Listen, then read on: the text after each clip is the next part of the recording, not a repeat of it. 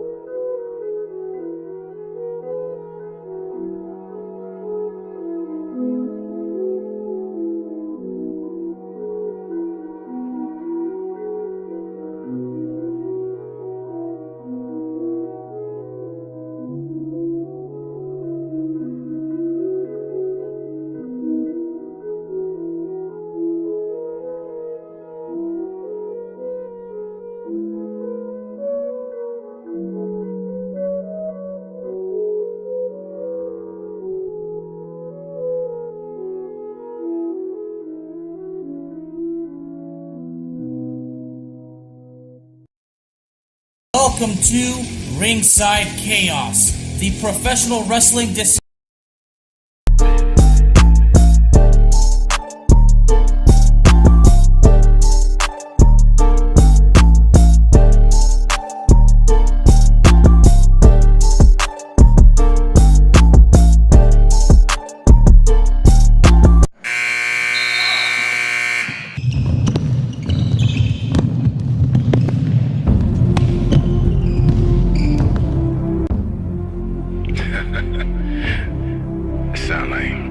Sound like some Viking music, don't it?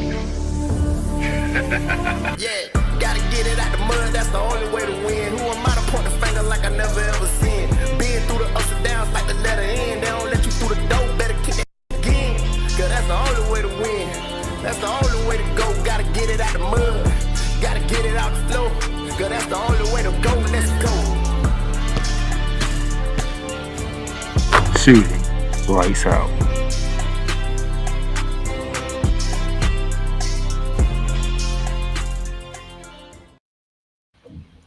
What's up, good people? How y'all doing today? It is Friday, April 26th, 2024, and gotta talk more playoffs.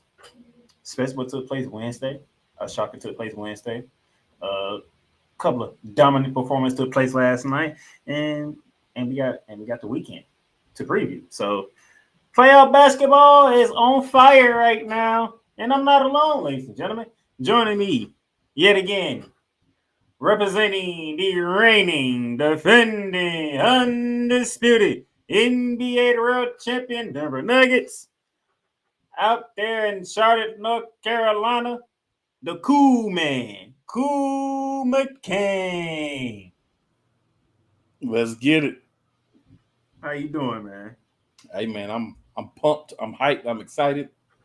And it's a whole lot of Lakers fans that are lamenting on Facebook, but we could have saved them the trouble. I don't. If Saturday goes the way that it's supposed to go, I'm gonna be a happy man. I'm just gonna say Even that. if it doesn't, the next game is gonna go the way it's supposed to go. No, I want Saturday to be the final straw.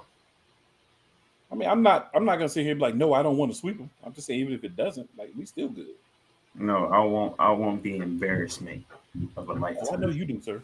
For that team. I want them embarrassed. That's what I want. For a second year in a row. For a second year in a row. That's right. I said it. I'm not against it, sir. I'm not against it. How could you be? That is your team. These are that's doing the damage. These are factuals. But we'll get into that a little later on in the show.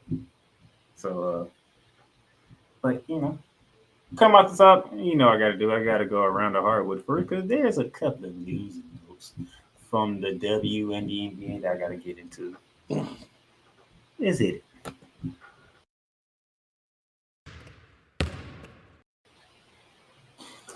All right, so to begin the hard work, we're gonna start in the WNBA and Mrs. Prince. The pretty much she retired Tuesday, and then the day after she retired, she's in the front office. So even though she retired, she's still with the Liberty. She's going to be the director of player development. That should be good. You just fresh off retirement, so you practically know what's going on, how these ladies should be conducting themselves and getting better to do something that has never been done in New York Liberty history, and that's bring home a WNBA championship. So that should be good. Dallas City Council approves Wings moving to downtown. So by 2026, the Dallas Marines will be playing home games at the Dallas Convention Center. That is a great move, and it's coming off the heels of the fact that they have sold out season tickets this year. It'll be the Dallas Marines. Yep, along with a couple other teams. Yeah, with a couple other teams. So the WNBA continues to continue on the rise. Can't be mad at it. Gotta love the exposure that the ladies are getting. Hopefully they can keep it going and not fall down. Because it's a good time to be a WNBA fan.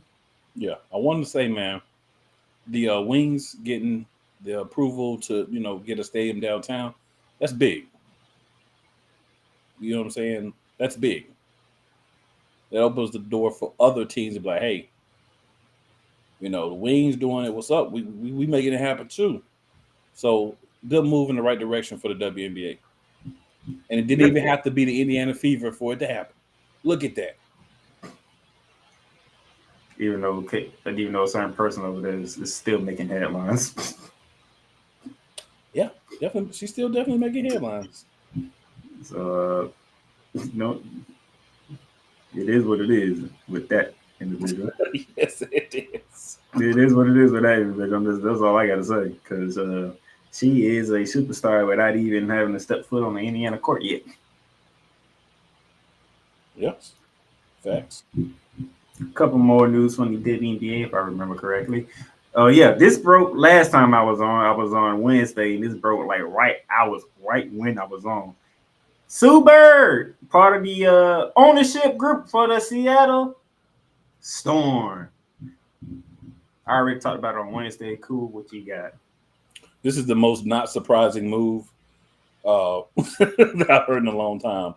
One of the best players in the history of the organization, a real stand-up individual. Give her something to do, now that she's no longer playing, a reason to kind of be around a team and everything. So I think it's a great move for Sue Bird. It's a great move for the organization. It shows that these WNBA teams are saying, hey, we got some all-time legends that are around here for the league, in the history of the league, and we need to start getting them involved back into the league after their playing days are over. That's a difference I think that's also helping, because you have recognizable people that you're continuing to keep around the organization, and not just, oh, you play for the team, thanks, you retire, you go do some broadcasting for a local thing or like ESPN. Like, you're actually keeping these people involved within these franchises, and that's going to help grow the game. Yep, can't argue with that. And then speaking of the Dallas Wings, they are eyeing they big men inside to be back after the Olympics. Okay. So, I forgot what injury she had. I don't remember off the top of my head. But the season starts in what, 2 weeks? The Olympics is not until August, so you're talking about close to the end of the season for her to come back. It was a shoulder injury. Shoulder injury. Okay. Uh-huh. Shoulder injury. So didn't know off the top of my head.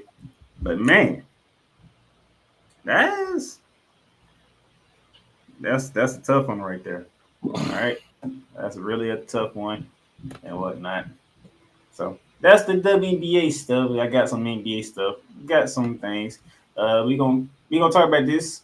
We're gonna react this later on in the show. But Chris Middleton is questionable for Game 3 with an ankle injury.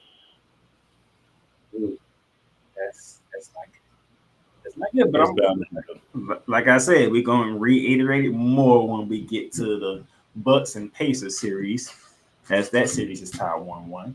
And plus, I got another news that y'all gonna be probably wondering what's going on with another person. I got that answer too. Now we got a couple of awards to announce. First off, the Timberwolves. Nas Reed wins Sixth Man of the Year over Malik Monk. And this is how the voting went. 45 first place up went to Reed, 43 went to Monk, and both guys got 39 second place votes and 10 third place votes. Coming in third was Milwaukee Bucks Bobby Portis. Fourth was Norman Powell for the LA Clippers, and Bogdanovich coming in fifth for the Atlanta Hawks. I want to reiterate how far away second and third were from each other. This was a two-man race. Mm-hmm. Literally. Pretty much. You have any thoughts about Reed getting it over Malik Monk? I don't have a problem with it because Reed's done a lot for Minnesota, right? So you look at it, you say, honestly, those were the two real front runners anyway. If you just have been watching the games all season, those were the two guys who were the most deserving. I wouldn't have had a problem with either one of those guys winning because of what they both meant to their team, and the fact that Reed, able to come from some difficult circumstances to now be in this position. That's a great story. I get it. What does the Malik Monk got to do to win Sixth Man of the Year? You got to be more likable than the other person. Reed got a better story.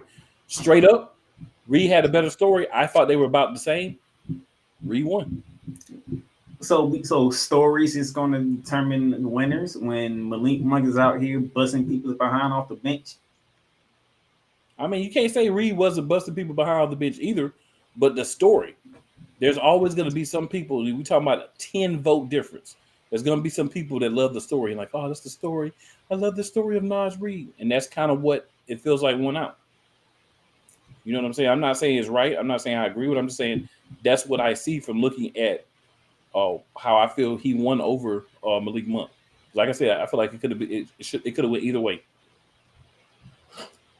Well, Nas Reed got it. I was thinking Malik Monk and only Malik Monk because, I mean, we're the Kings without him. I mean, man, why does this man come off the bench anyway? So that's the bigger thing. Why is he even really in the running for sixth man? Because he actually is the sixth man. I know, but I'm saying, why isn't he starting and not being in the running for sixth man for Malik Monk? That's what I'm saying. Nevertheless, Nas, we got it. Sixth Man of the Year award. Congratulations to him. We'll be talking about the T-Rules later on in the show in their series. And lastly but not least, they have the Clutch Player of the Year. I mean, if you're named the award Clutch Player of the Year, there's like only one name on that list. Like, who else is like more clutch than Steph Curry?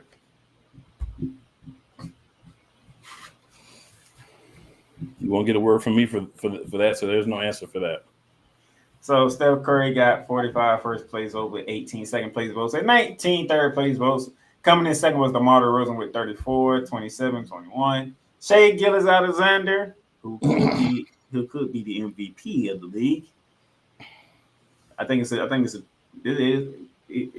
It's a three-man race, rightfully so. But Shai Gilgeous-Alexander could win it. Speaking of somebody who could win MVP, Nick Young going for his third. He came in fourth. And then Jalen Brunson of New York Knicks came in fifth. So, I won't say it's a travesty that the voting was this close on this award. Like, this is a travesty that it wasn't a runaway clutch player of the year award for Wardell Stephen Curry. Voters, they should be ashamed of themselves for that. You know what I'm saying? It shouldn't be no less than 40 votes difference. It should be over 100 vote difference. Y'all got to stop this. I got to stop trying to take this man's shine away. When you know he the most clutch player in the league, he pull up from anywhere on a consistent basis. DeMar DeRozan don't do that. Stop that. Stop it.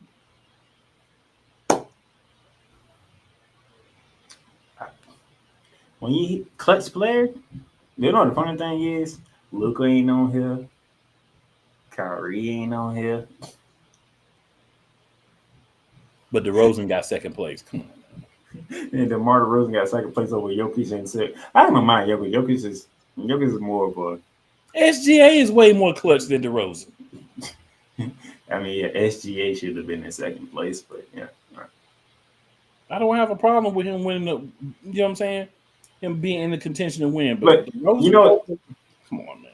You know the funny thing is, the first and second person is not in the playoffs, but the 3 through 5 they are in the playoffs. Well, luckily it's a regular season award because if we added playoffs, we definitely wouldn't have DeRozan anywhere near the top. So I find that funny. But yeah, 2 more awards handed out.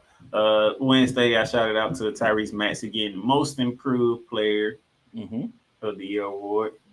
I mean, he practically had career highs across the board, so I can't even argue with that. He was getting this award mid-season, bro. Like mid-season, I was like, Maxey's gonna be Most Improved Player, and he did nothing to lose it. You can't lose when you have career highs. Yeah, I'm just saying. Halfway through the year, I was like, Maxey is going to be Player of the Year. Then, with the way he played the rest of the season, he did not lose it. If anything, he broke away more. So shout out to those guys. I think we're still waiting on Coach of the Year, Defensive Player of the Year, MVP. I think that's it. The MVP and Coach of the Year, that's going to be very interesting. Who gets those 2 awards.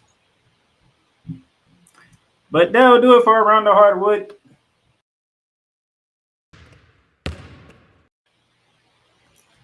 All right. When we come, we're going to take a break, and when we come back, we're going to recap what took place over the last 2 days of NBA playoffs. And how things have changed drastically.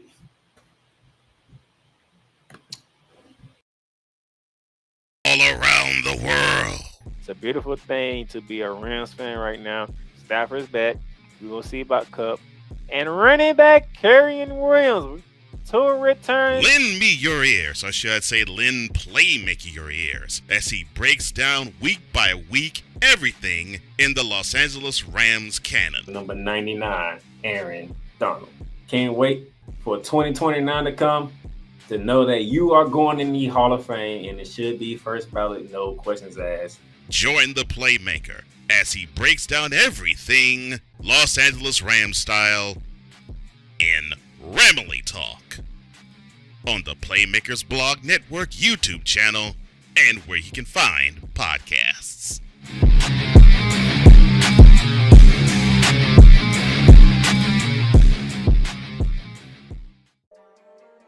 Cool McCain. You thought you wanted Gunther against Chad Gable, but you didn't. And I'm going to tell you why. Chad Gable would take everything that Gunther's done and bury it.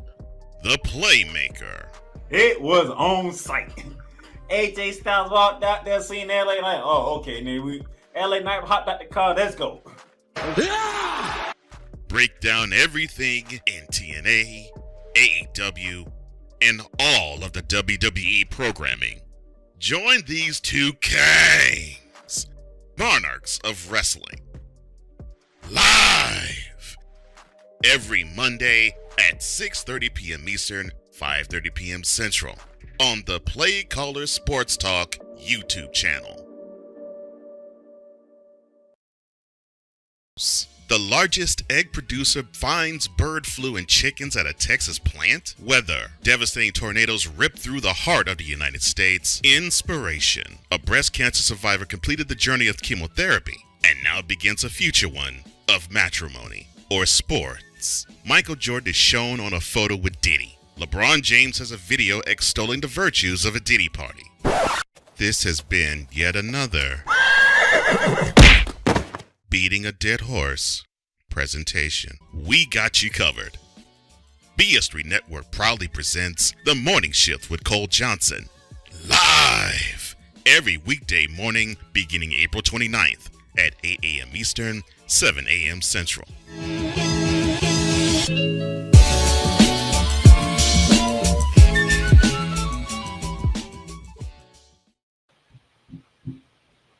All right, welcome back to Shooting the Lights Out. And they had the NFL draft yesterday. That was interesting for me to be a part of. I know you had an interesting night too during the draft. Yes, sir. Yes, sir. Especially when pick number 8 happens. Ooh, boy, if I was doing a football show, that would have been the main talk of every show. What was Atlanta thinking there? But hey, while the draft was going on, some NBA playoffs that happened. But before we do that, we got to start off with what took place on Wednesday. And Wednesday, woohoo, the Heat sent the message to everybody. And then the Thunder. It's all right. We got one game on our belt. We understand what playoff basketball is now. And New Orleans took one on the chin. Badly. But first off, the shocker of the playoffs. TD Garden Game 2. Boston looking to go up 2-0 after they put their foot up the Heat's behind in Game 1 without Hemi Butler. Still without Hemi Butler. And come to find out there was no Terry Rozier for Game 2. And Boston was a 14.5-point favorite. I laughed when I saw that. I was like, bruh, we're in the playoffs and you telling me a team can be a 14.5 favorite in a playoff game? Good gracious. There was no faith in the Miami Heat. Well, the Miami Heat has something to say about that. 111 1-on-1 victory over the Boston Celtics. And Miami flipped the script on Boston. All 5 started for the Heat in double figures. Led the way by Tyler Hero with 24 points, 14 assists, and 5 boards. Bam Adebayo and Caleb Martin both with 21 points. Bam also gave you 10 rebounds. And then all of a sudden on the Celtics side, Jason Tatum and Jaylen Brown, they combined for 61 points, but 13 from Durant Wright, 9 from Jrue Holiday, and 6 from Kristaps Porzingis. Ugh. Those are not good numbers to look at. But the main thing is, when I say they flipped the script, the Heat. They got hot. The Heat was scorching hot from 3. Dare I say white hot? Man, that, ladies and gentlemen, that is a plus 33 for Miami in the 3-ball department over the Boston Celtics. And they wasn't jacking up threes either. Those threes was in the rhythm of the offense. This is true. Wayne, how you seen a team that can take 40+ threes and you look at them like, most of these damn threes are in the rhythm of the offense. These ain't rush. These ain't heat checks. This is within the offense that they are running. 23 out of 43. 53.5% from 3. Like, I know Jaylen Brown, Taylor Simmons is looking at them like, why? Like, why every single time we got to face this team, we get problems? They don't have Jimmy Butler. They don't have Terry Rozier, and yet it is 1-1 heading to South Beach. So, Cool McCain, the floor is yours, sir. Well, Shaq had the script for this game beforehand because he was the only one yelling that he was going to win by 10.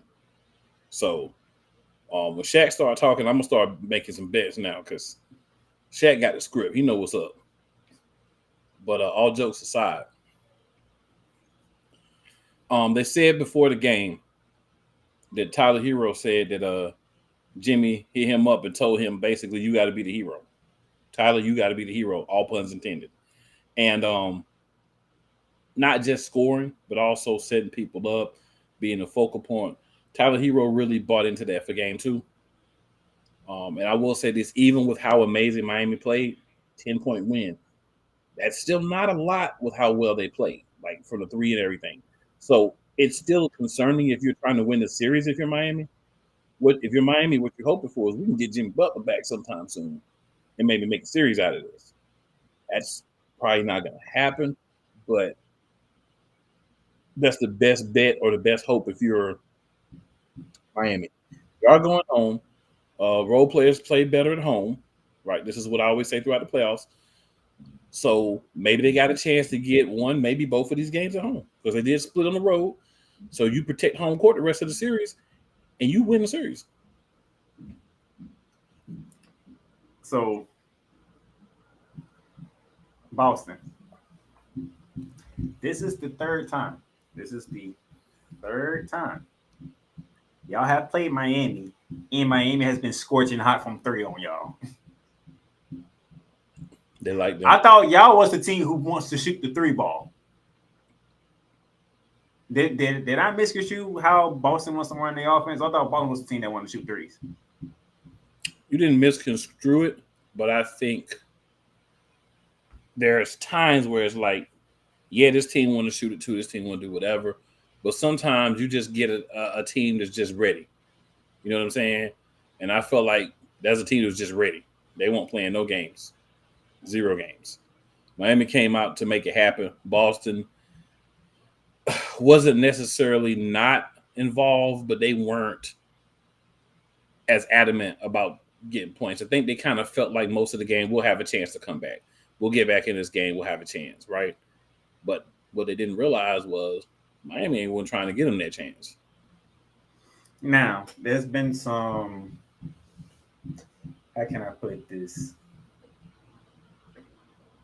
There's been some problems about the fact that some people admire what Eric Spoelstra has done with the Miami Heat since the Big 3 dissipated. And there are some people out there who don't like it because he's never won a championship since the Big 3 left. If those of you who pay attention to basketball like I say y'all do, name me a superstar outside of Jimmy Butler that this man has coached outside of the Big 3. And credibly, some people don't even believe Jimmy Butler's a superstar. Am I correct? You are correct. And if I recall, Miami don't really draft guys. They actually get the undrafted guys, right? Mm-hmm. And this is what is called Heat culture. And yet, every year, who always find a way to be in the Final Four no matter what seed they got? I'm going to go with Miami for 500, sir. So, I know Eric Spoelstra hasn't won, but how many coaches in the NBA right now are you taking over Eric Spoelstra? Man, I'm even going to go to the fact of who I'm taking over Eric Spoelstra. I'm going to put it to you like this. Who has consistently been in the playoffs, having opportunities to win, upsetting teams that most people believe are much better than them on a consistent basis? Who else? Name somebody. Right? Like, you got teams like LA, 2 what people would consider at least superstars, 1 ring in the bubble. That's all they've had. They haven't been consistent. And they ain't gonna get out of the first round this year. You know, Boston Celtics. They've been to the championship. They haven't won anything. With Jaylen Brown and Jason Tatum, and both of them men been in the league at least 5 years, I believe 4 or 5 years. So we're not talking about no young rookies no more. Right? We can go there in Milwaukee. They won the championship, and the next year they fired the coach. After the 2 seasons later, by the time of the second season, they fired the coach after they won the championship. So there's no teams, and these are teams that have star players, multiple star players. There's no team that's been consistently upsetting people doing well. Even my Denver Nuggets, when they didn't have Jamal Murray when he was injured and Michael Porter Jr. was out, they were making the playoffs, but they were making like 6, 7 seed and getting put out pretty quickly. And you talk about getting guys. Here's the biggest to what impresses me with Eric Spoelstra. They get these undrafted guys. They have 1 year with them. Then they go get paid somewhere else, and they still can do the same thing year in upon year in upon year in. Right? So, miss me with the whole Eric Spoelstra ain't won a championship talk. Eric Spoelstra shouldn't even be in a position to be talked about as possibly winning championships, but he's somehow still there. That's the biggest compliment I can pay the man. I don't know if I can say it any better than how Coop just said it, because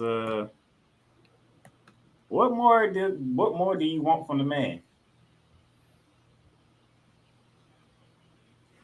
Go get him Dame Lillard, and maybe you get better. Your defense is going to take a dip, but maybe you get better overall. And no, Eric Spoelstra, he probably found a way to keep the defense the same. If anybody would, I would say it would be him. That man saw his team get destroyed in game 1. Came back, made adjustments in game 2, and he flipped the script on Boston. That he did. Who has been the best team in the NBA record-wise in my line? If you would line, you flying, and I don't see any wings, sir. So this hatred towards Eric Spoelstra, I don't understand. That man takes a team. When you look at their roster, you be like, okay. Yeah, I'll probably make the playoffs. Because you got Henry Butler, but y'all ain't going far. And before you know it, we get to the East Finals, and who's in the East Finals? The Heat team. And we scratching our head, what the hell is Philly? What Philly? What happened to Philly? Boston, what are y'all doing? Nevertheless, the Heat's still there. Matter of fact, who was the AC that made the NBA Finals last year? That would have been the Miami Heat, as far as I can remember. And if I remember correctly, one day was like 3 minutes away from being eliminated completely by the Chicago Bulls in the play-in tournament. That's what I recall, sir. Then they took out Giannis and the Bucks and foul, even though we know Giannis was injured for the start of that series. Took out the New York Knicks. And then everybody was like, yep, this is Boston season to go get it. Who knocked out Boston? By the way, in Game 7, in TD Garden, by the way. In dominant fashion, too. When Boston had multiple chances to close out and couldn't get the job done on top of that. But yeah, we want to look at Eric Spoelstra because he ain't win no rings since LeBron, D. Wade, and Chris Bosh left. If I recall, he's the most consistent guy that can get there. Good gracious. Because we keep looking at Jason Tatum. Jason Tatum, you want to be the face of the league, but you gotta give me a ring or something. And every time he get close, he run into the Miami Heat, and the Miami Heat gives him problems. They know how to guard him. Like, hey, Giannis, you looking like 2019 team, Giannis. Y'all looking good. Giannis goes down. Miami's like, oh well, gotta take you out. Stephen A. Smith Knicks. Oh, that's a gritty team. They want it. And Jim Butler's like, and y'all did the fatal move of talking trash to Jimmy Butler in Game 2 when he couldn't play. And I was like, up New York. And I sat here and said, up New York, long lost this series already. That's the wrong guy to talk trash to, especially he ain't on the court. Them boys came out and bust New York.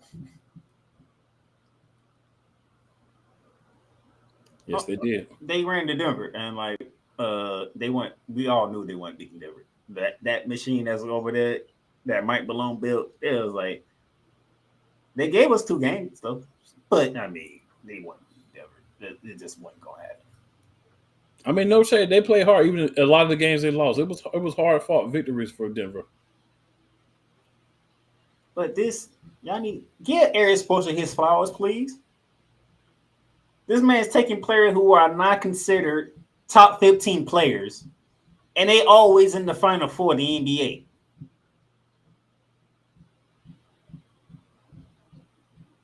Now, I got that out the way. I'm moving on. Oklahoma City, the number one team in the West, versus the New Orleans Pelicans, who found a way to get in, even without Zion Williamson. Game 1 was tightly contested. Game 2, not so much. Ooh, boy.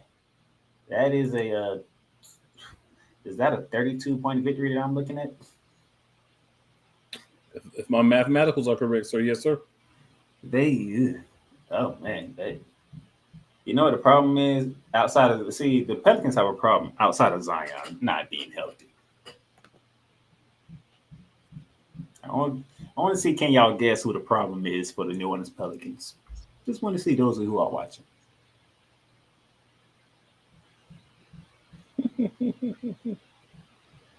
Haven't figured it out yet. That would be Brandon Ingram. There's another problem too.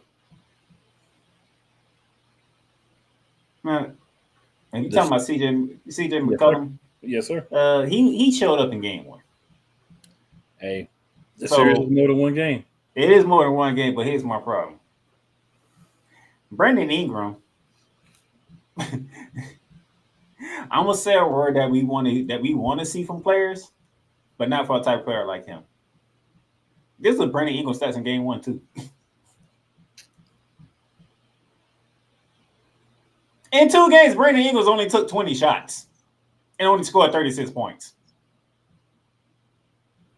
In 2 games.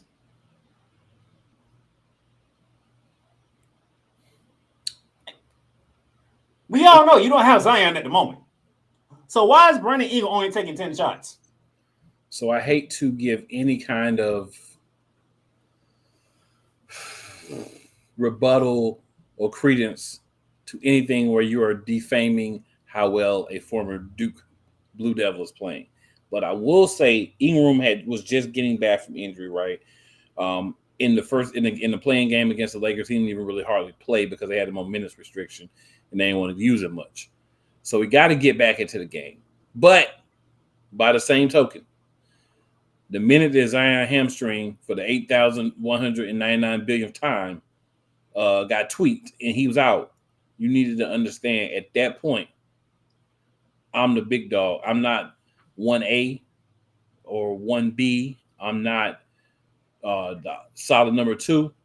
The only way we win anything going forward, series, anything, is if I step up, and he hasn't done that. Like, I'm listening to Shaq. You can hear how disappointing Shaq is in Brandon Ingram.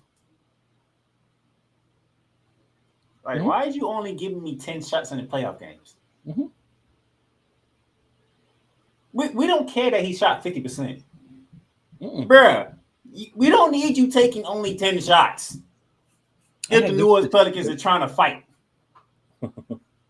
He's like, I had great statisticals, guys. What's the problem? Bruh, 10 shots, 18 points. That's it. And look at OKC's starting line. Everybody in double figures. Yeah, Troy Murphy didn't do too much this game either. Even though Shea Gilgeous-Alexander dropped 33 on y'all. And speaking of efficiency, he dropped 33 and he went 13 for 19. Do the math on that if you want to talk about efficiency. Well, you know, he do be getting about 15 points a game from the free throw line. That's not even counting. He get fouled every time you touch him. They ain't even count free throw. He still went 13 for 19. No, I'm just saying in his total points. You know what I'm saying? The free throws do play a part. You know what I'm saying? I'm just saying that. He went for 33, and then you look at it. Chad Holmgren, 26. Jalen Williams, 21. Josh Giddey. Pause. Must have been some teenage girls in the crowd. 13 points. Dort, 15 points. That's why y'all got blown out by 32. Now you get to go home now. Because what do I always say? Well, the only thing OKC really did was defend home court. That's pretty much all they did. Right. Even if they did blow you out by 32. But you get to go home. You get to right the ship. Okay? So I just want to throw that out there because I'm like, Brandon Ingram, we need more from you, all right? We need more from you. Hopefully, see what the diagnosis is for Zion going into game 3. Maybe he can get that for game 4. We shall see. But outside of that, Brandon Ingram ain't gonna step up. OKC about to run them out of New Orleans. So that was Wednesday. We got to go Thursday. Last night, oh my goodness. Woo! Storylines from all 3 games that took place last night. Beginning down in Central Florida, where the Orlando Magic got to come home down 0-2, having the worst shooting performance have anybody ever seen in the playoffs. Tell me if I'm lying. And that's my team.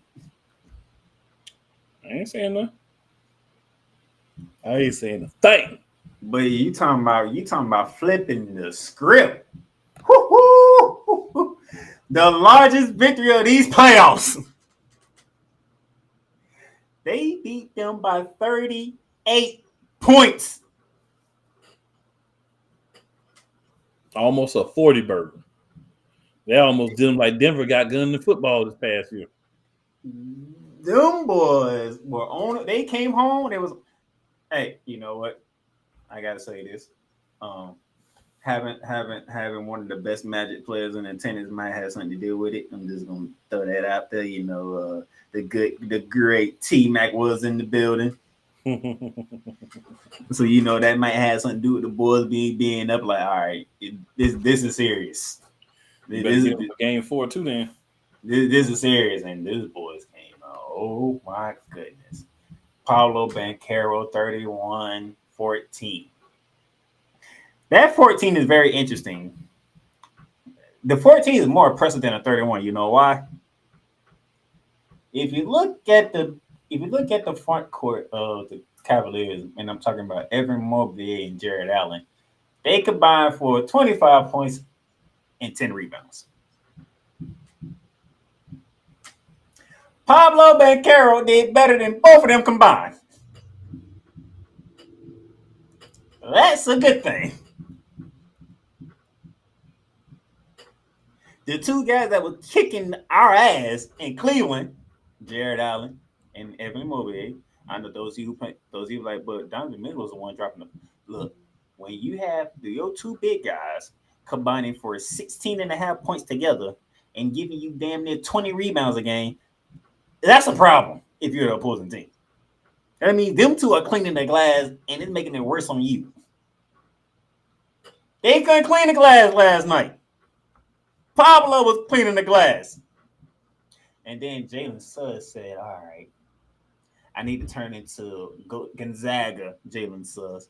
21 points, 9 from 11.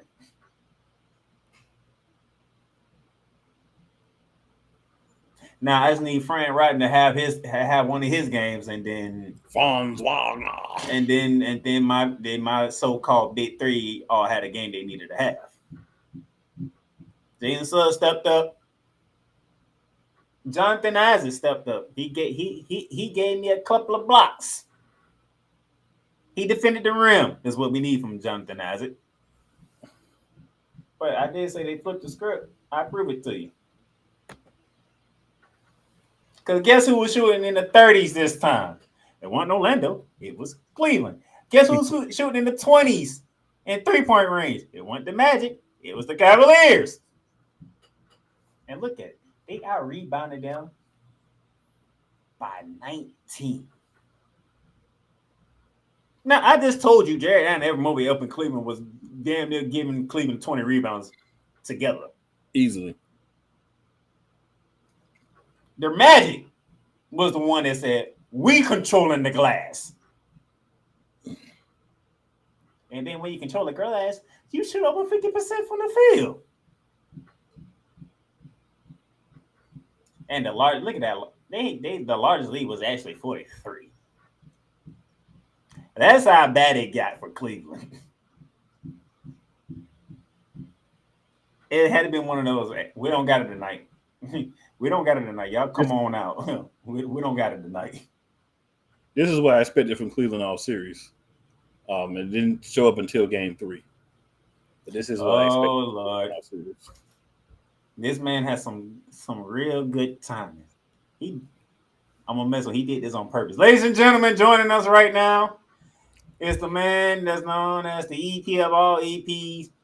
He has a show coming out on Monday called The Money Shift with Cole Johnson. Y'all know him very well because he's been on this show plenty of times. And that is the man be called Cole Johnson. From Cole Sports. What's up? What's up, Cole? Cool. Cold as ice. What's up, man? And Playmaker. What's up, man? What do you mean I have perfect timing?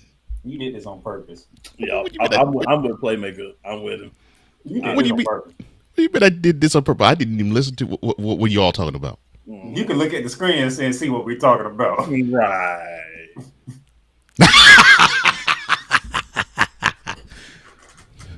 Mr. Silence, I thought the Magic didn't have any magic in their offense. What happened, sir? Don't try that. You seen the numbers in Cleveland. What do you mean? Don't try that. You seen the numbers in Cleveland. I mean, yeah, they were horrendous in Cleveland. No magic in the offense. But then they went to Orlando. They went to Walt Disney World. They rode Space Mountain and they found their offense. He said they rode Space Mountain. I mean, Space Mountain isn't Orlando. I know, but the fact that he said it. But I know. That's what I'm saying. It actually is in Orlando. But when he says it, you don't think Orlando. You think of Ric Flair. Right. Nicola. Exactly. Victor's in the building. What's up, Victor? What's up, Victor? But like I said before you came on, I was like, I have to admit, maybe having one of the greatest Orlando Magic players in the building, and Tracy McGrady might have did something. Oh Lord! And I say he need to come to every game.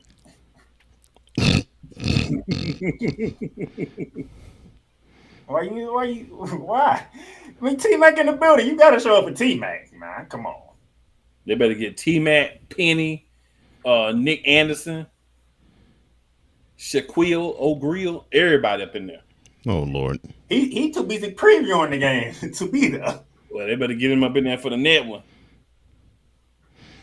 Wait, speaking of which, has he made peace with the Magic? Yeah. Oh, yeah, he has. Oh. They put him in what you call it? Yeah. His jersey in they put him in the Hall of Fame, the circle of whatever they call it there. They retired his number jersey or whatever. Oh, okay. All right. I just had to make sure. This season. It was like this season, though. Mm-hmm. Yeah, because I texted Coach. I was like, we're on national TV. Because we weren't slated to have a national TV televised game. We was on national TV because we was returning Shaquille O'Neal. Mm-hmm. Right.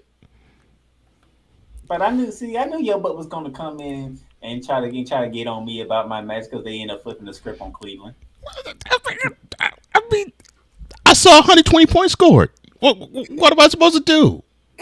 Yeah, after they scored 83 and 86 in Cleveland. They scored as many points in one game almost as they did in the two in Cleveland. I'm like, oh, so I was believing in you, Playmaker. I thought the Magic was gone in their offense, and then all of a sudden, they said it's a small world after all for Cleveland. I don't know what to tell you.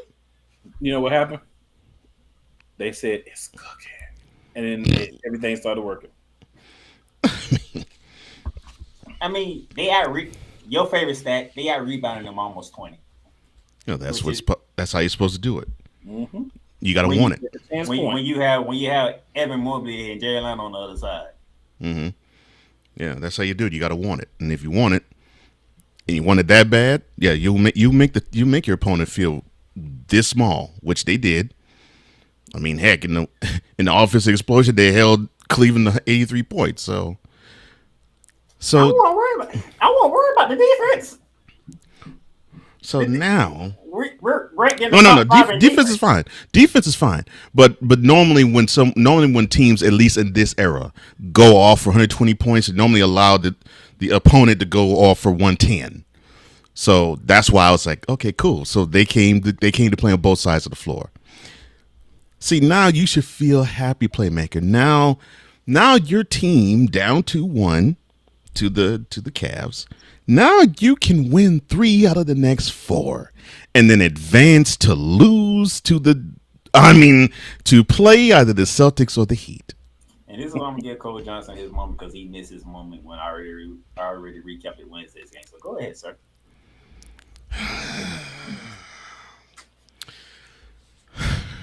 Where should I begin? You're supposed to be the best team in the NBA. You had over 60 wins. No team within your conference had 50 except for the Knicks. And they got that on the last day of the season. And you had 3 teams in the West battling for the number 1 seed, but they weren't even close to you guys. But should I be surprised? No. I mean, there's been signs of this. I mean, we were just talking about the Cavs. Take, for instance, them. When they went to visit Northeastern Ohio, I believe this was back in February, where you had a 20-point lead in the 4th quarter and lost.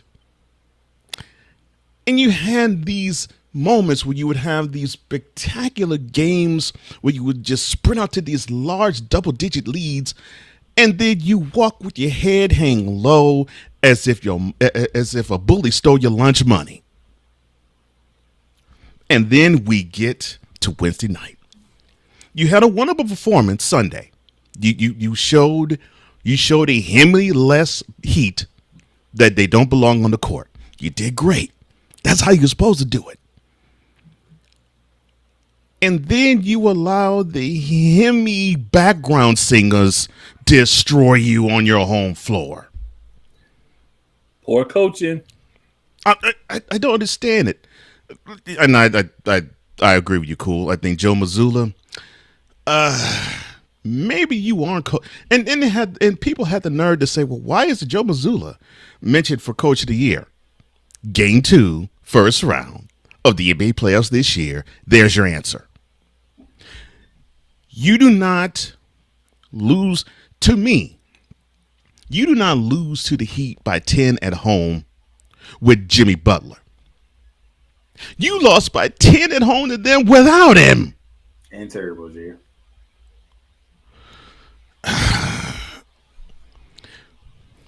See, you're better than the Heat, and I know you have revenge on your minds because they were the team that bounced you on the East Conference Finals last year. So I know, and you all have I won't say a rivalry. It seems like you all have some competitiveness to you all because you seem to want to meet them in the playoffs every year, and you just bounce each other out of the playoffs seemingly, and you take turns doing so. You have the better squad, talent-wise. But the Heat proved to me they have it more up here than you guys. And it shouldn't be this way because I'm looking at you, Jaylen Brown. I'm looking at you, Jason Tatum. And yeah, I'm looking at you, Chris Porzingis. You three should be the ones to carry the rest of the team and say, you know what? All we have to do is do 25 each. You could chip in with 25 to 40, and we will win against every single team in the NBA. You cannot excuse that effort. I'm like, you got to be kidding me. They went to the finals 2 years ago. And they were 2 games away from hoisting their 18th Larry O'Brien trophy in the first in this little bunch that has congregated together in the Jason Tatum era. But Ime Udoka decided to give the team a whole lot of hoes, and then you lost your focus, and then you lost 3 straight to the Warriors. Then we get to last year, where it took 3 butt whoopings in a row for you all to wake up in the Eastern Conference Finals and say, oh, we ain't eliminated yet. Well, we got to start playing. And you played the 3 most inspired games of your year only to on your own home floor in Game 7 because you had no juice left. Because it took all of your energy to just erase that 3-0 deficit just to get it to a Game 7 in your own building. And, of course, it made my mentality brother Wise happy because an infirm Dave Portnoy was sick to his stomach, literally and figuratively, in seeing his Celtics lose and get bounced from the playoffs. For those who don't know, Dave Portnoy, founder of Barstool, and seemingly a troll when it comes to pizzas, but I digress. You're the best team in the NBA, but you're not playing like it. I'm sorry. There's just no excuse for you to lose to the Heat, even with Jimmy Butler as the star player on the Heat. And you did it without him. You lost without him on the floor. So is it that Spo is so much better of a coach than Mazzulla? It looks that way. And it's unfortunate, but dims is the brakes. But you now know, supposedly the worst team in your conference can beat you by double digits at home. And the competition gets stiffer from here. Should you win, and you should win in the first round, you get to meet either the Cavs or the Pacers. Both teams are pretty good defensively. Magic, not Pacers. You'll get to face either the Magic or the Cavs. Both teams are good defensively. Believe in your magic, Playmaker. Anyway, now, should you actually pass the test against either one of those teams, more than likely you'll have to face the Knicks. Maybe the Sixers. Maybe. Maybe the Bucks. I don't think so, but hey, you never know. Stranger things have happened. But the competition gets stiffer each round. And you all did not have focus. And this is your own building. And I actually heard a stat. The team that has the number 1 seed in the Eastern Conference in the last collection of games at home in the playoffs, they are 13 up and 13 down. You don't deserve to be the Eastern Conference champions. I could care less if you are. I could care less if you're not. But with that effort Wednesday night, I'll even take the Lakers 7 in the fourth quarter of that game later on that night over your 48-minute performance in Boston. How dare you? Man. And moving on to the 76ers and the New York Knicks. New York defended home court. They defended Madison Square Garden. Now it's down to the city of Brotherly Love and Wells Fargo Center. And oh boy, when I told you there was storylines from every game last night, Mr. Joel Embiid on one freaking leg went in on the New York Knicks. By the way, you lucky your ass didn't get ejected. And from being completely honest, lucky your ass didn't get ejected. Because I don't know what the hell you was thinking. Because if you would have got ejected, it wouldn't have been no 50-point night. Nevertheless, it's not only just the 50 points. I mean, I don't know if Cool is starting to realize the theme of the show right now, but Mr. Cole Johnson, it's not only the fact that Joel Embiid went for 50. 13 from 19 from the field. 5 from 7 from the three-point line. Was everybody just on yesterday? Because the efficiency of what is happening right now is ridiculous. I'm on. Wipe me down. I'm on. I'm on. I'm on. Yeah, that's what the Sixers were singing last night. They were singing "Wipe Me Down," all of them. I mean, what I loved about it is the second half they played inspired, and it was not that they've been outclassed by the Knicks. It's just that they've been out hustled by them, basically. Game 1 they lost by 6. Game 2 they lost with a. They had a 5-point lead going into the Knicks last possession, and it went from a 5-point lead to a 1-point deficit. So, on the same time that the Knicks were on the floor, on that side of the court. Tyrese Maxey was fouled and the rest didn't call it. Yeah, Maxey was mugged. Let's be honest. Maxey was mugged by 2 Knicks. But unfortunately, the rest swallowed the whistle. They swallowed the whistle. But this is good for the Sixers because I think they had to come back from when Embiid hung his head low in MSG's locker room, in the visitors' locker room, and he said, "We're the better team. We're the better team."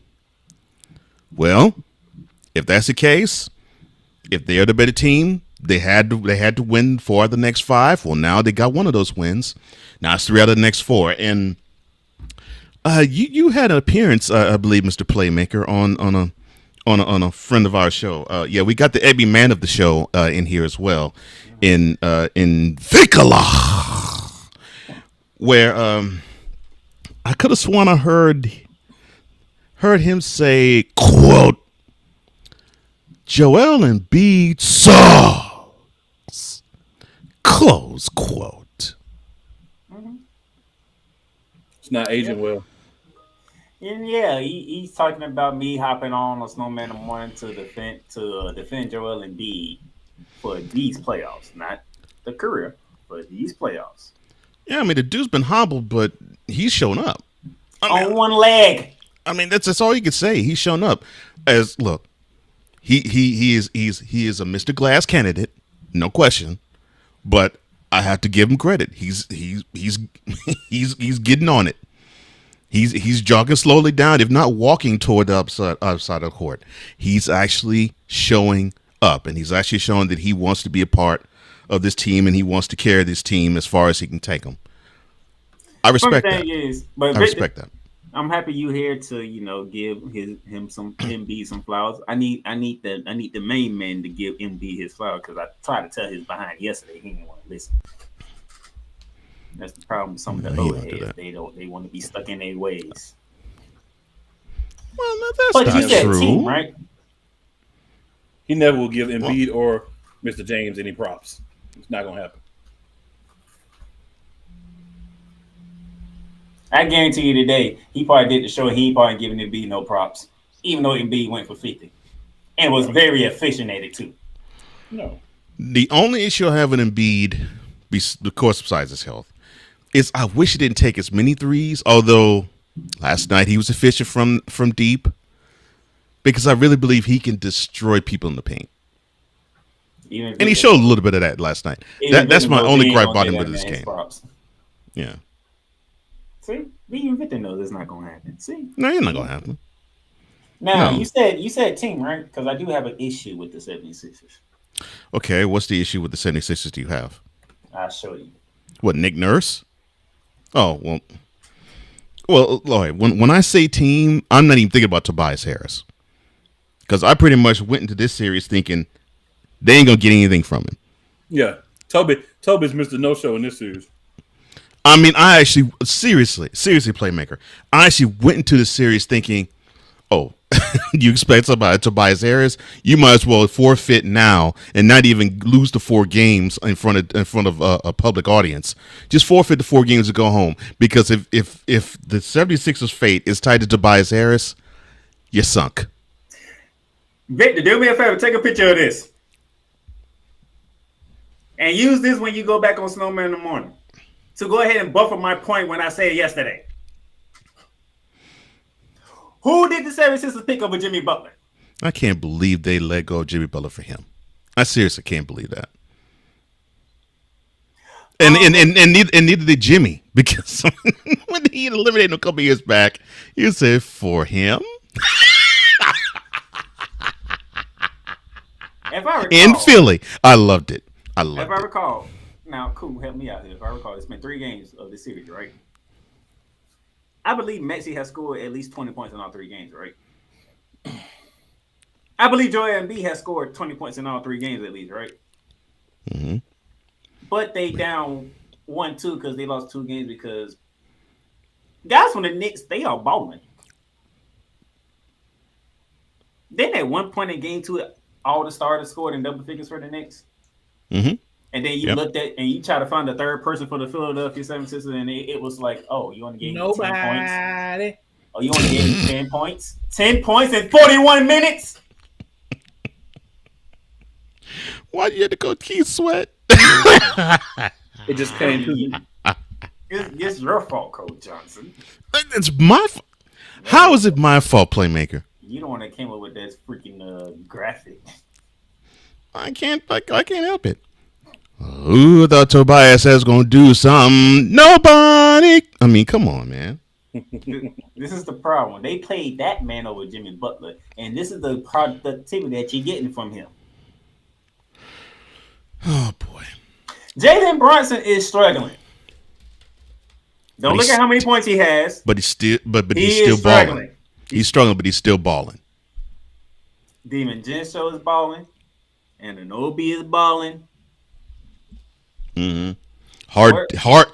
Good Lord, is there a loose ball he can't get to? Josh Hart. I mean, Yeah.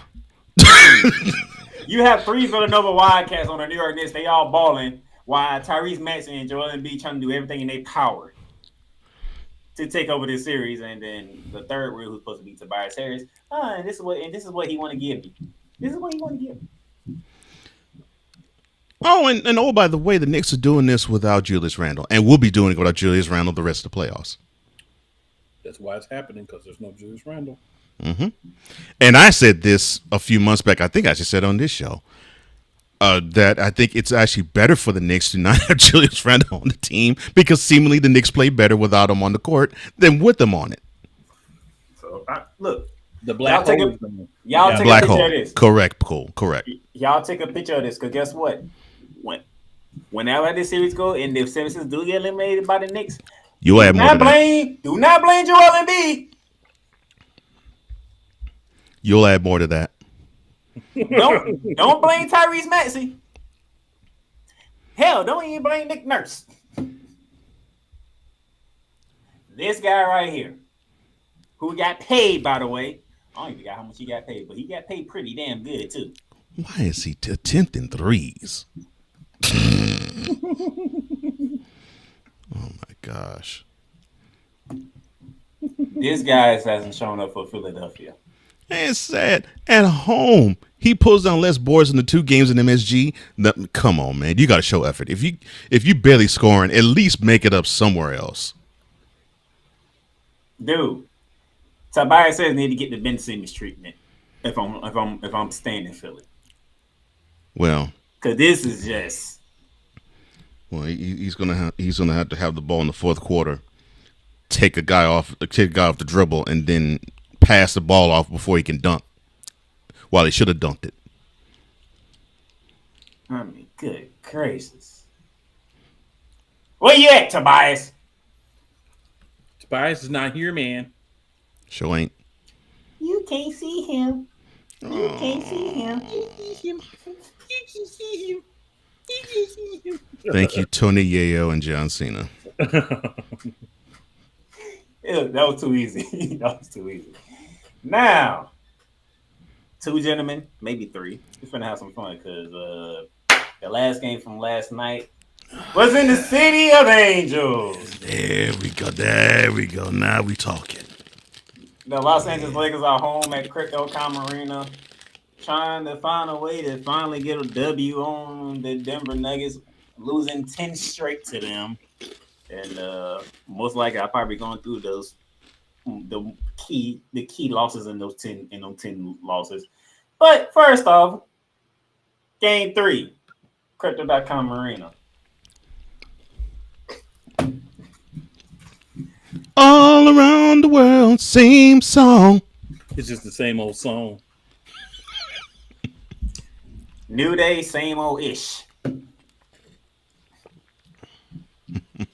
Lakers lose by 7, 112-105. Look at this. This is what Cole Jones is gonna love. Look at that. The others are showing up, helping out Jokic. I love it. I love it. And not just with the points that crash the boards. I love it. Give me more of this. And people want to know why I say that it is almost impossible to beat this team. Mind you, I'm not the Nuggets fan. You see who the Nuggets fan is of the three of us. The Nuggets fan actually gave the Lakers a game. And hey, they may win tomorrow in crypto.com arena. Who knows? I gave them 0. And I think they're going to get swept. And the reason why, you right there, when you have KCP and Gordon and Porter all show up, Chris Brown, all of them show up, and they contribute, and you don't have to have Nikola Jokic nor Jamal Murray go off. You might as well just toss the. You might as well just toss a white flag and say we're done. Quit. Because they systematically tear you down. It's beautiful to watch. It is beautiful basketball to watch. Chuck and Cole got the brooms for me. I didn't even need another one. I still got the one from last year in the Western Conference Finals. Well, you about to get another one Saturday night. I mean, there was never a question. I'm gonna give you the count because this is your Yeah. Let Cool cook. There was never a question in my mind who was going to win these series, right? I said from the beginning, if you step up to the big dogs, you better be able to run off the porch. LA need to stay on the porch. Winning the game and play the Nuggets, I get it. You want to make sure you get in the playoffs. You don't want to put yourself in a position where you need help to get into the playoffs, so you need to put it all down to a one game. Dummies. You signed your death certificate the minute that you stepped into that series with the Denver Nuggets. I want to say this, and people could take it how they want to take it. Denver is not going to be stopped in this playoffs unless there's an injury. That's the only way other teams have a chance, and I'm including Boston. Thank you. Anybody who don't like it, argue with your auntie, cousin, sister, mama, baby mama, kid, uncle, daddy, whoever, but not me. You wrong, not me. This team is prepared. They're not playing games with anybody. I figured this first round, the Lakers may be able to slide one out. Want to give them a little bit of credit. You know what I'm saying? 3-0, it's looking real sweepers, but it may go to 5 and we win in Denver. I wouldn't mind the sweep. I anticipate the sweep because the Lakers have had opportunities to win, and they haven't got it done. Then we hear, the Lakers should be tied 1-1, or the Lakers should be up 2-0 if it wasn't for this, if it wasn't for that. If wishes were fishes, we'd all be underwater, but we're not. I don't care about what if or if this happened or if this hadn't happened. What I care about is what did happen. And what did happen is what happens every time the Nuggets and the Lakers are playing each other. We go in the back, pull out that Trick Williams. And by the way, this ain't a wrestling show, but shout out to Trick Willie, the new NXT champion. So NXT should be playing Whoop That Trick, and the Nuggets should be playing Whoop That Trick every time they play the Lakers. We got your number, LA. We are your daddy. And if you don't like it, do something about it and win some games. But you can't because we're just better. Period. Mm-hmm. On to the next one, whether it's in 4 or whether it's in 5. You will not beat us no more than one game.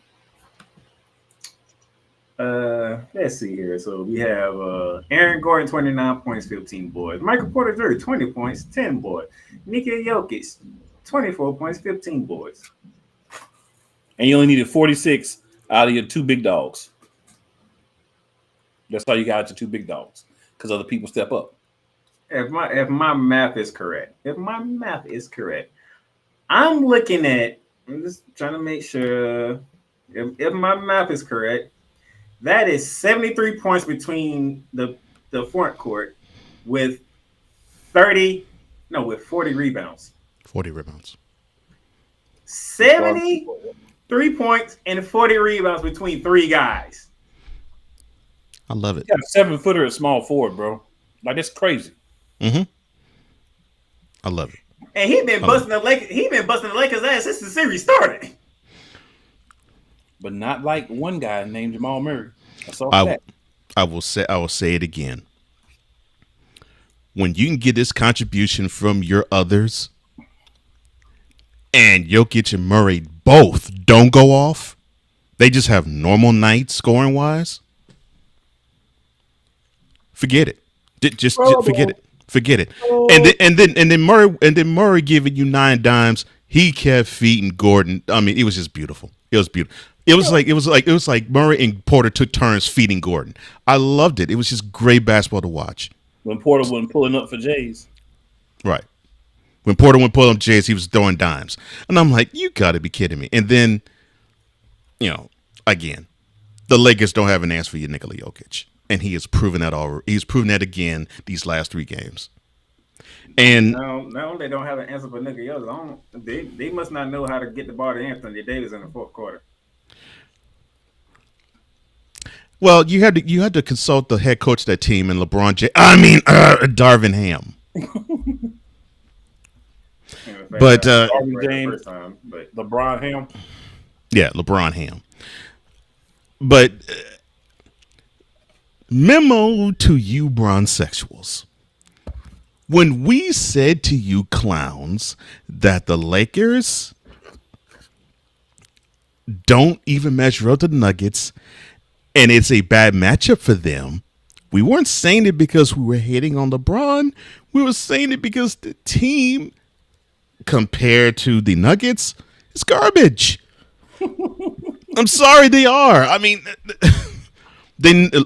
look, we've seen the first 3 games. They know how to play a good first 24 minutes. They play a great first half, and this team is straight just like LeBron. I mean, it's straight like an old man. He's stiff, he's hard, he's ready to go, and he's rocking.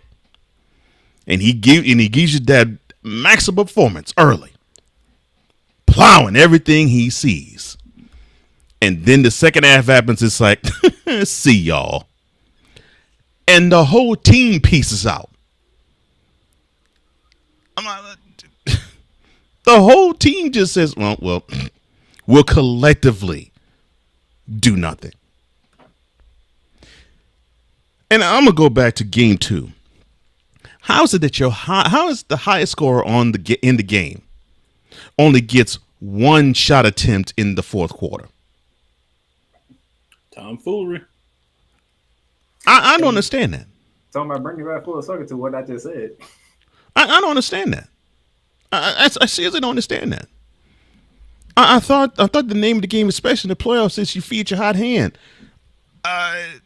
It's like they went away from and turned him cold. I'm like,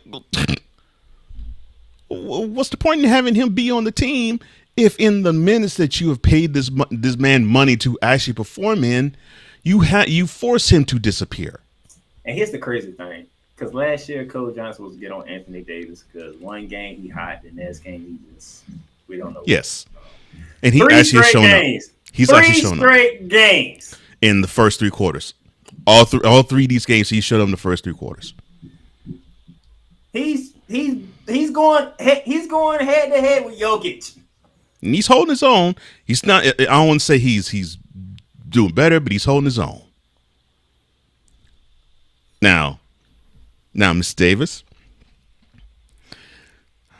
don't you ever come out of your mouth and say that the league or the people who vote for Defensive Player of the Year hates you or has it in for you. You know why you were not considered Defensive Player of the Year? Look at the tape in Game 1 and in Game 2 in the second half, especially Game 2 of the second half, because Jokic clowned you silly in the paint. clowned you silly. I mean, you couldn't out-muscle him. You couldn't out-laterally slide to stop him. He was quicker than you in a burst. He's stronger than you. And he is more diversified in his offensive set than you are in your defensive presence. That's why you're not Defensive Player of the Year candidate. Sorry. D-Lo. I think that's the appropriate name for you today, D-Lo, because he was definitely on the low. Game 1 and in Game 3. Game 3 worse.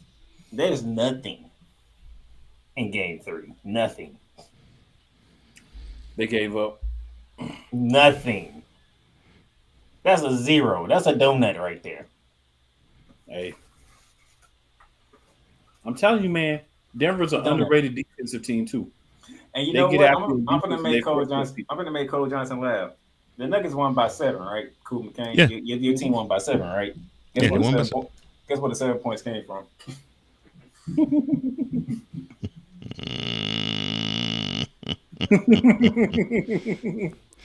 LeBron, you want to know about the referees? There you go, son.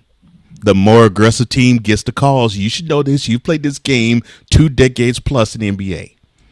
And your team wasn't aggressive enough. But the team in blue, oh, they plenty were.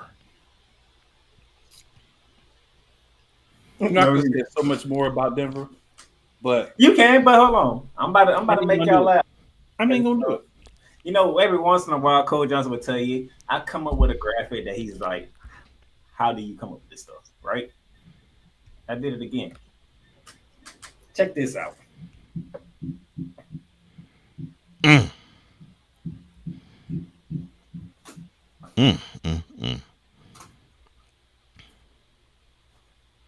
Hot starts. Cold finishes. Cold-blooded on the finish. Game 1, second quarter, 7:37. Lakers up 10. How did that game end it? The Nuggets ran them out. Now, these two gentlemen couldn't join me Wednesday when I went in. After what took place in Game 2, because they had a 20-point lead at the 10-minute mark of the third quarter. And Cool McCain will have a shot that he will remember for the rest of his life from Jamal Murray. Jamal Murray from about 15 over an outstretched arm. Anthony Davis. LeBron patted him on the side and said, "You go guard him. I don't want that smoke." Yeah, slide over there, homie. Go ahead over there, big AD. And matter of fact, it was actually worse than that because when about 2 minutes and 45 seconds went by, we got to the 7:15 mark. Denver only took off 1 point from the 20-point lead the Lakers had. So yeah, it was still a 19-point deficit midway through the third quarter. Yeah, and they still came back and won. Mm-hmm.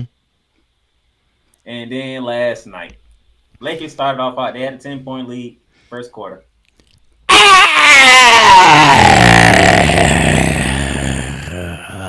There was no point in either of those 3 games that I was concerned that we would actually lose. I wasn't either. Even in Game 1 when the Lakers had that double-digit lead in the third quarter, I was like, I'm just waiting for that run. I'm just waiting for that run. And as soon as I thought it, that 12-point deficit got erased.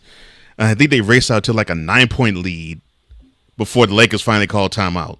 And I was like, this is the run I thought he was going to go on. I think this is for you.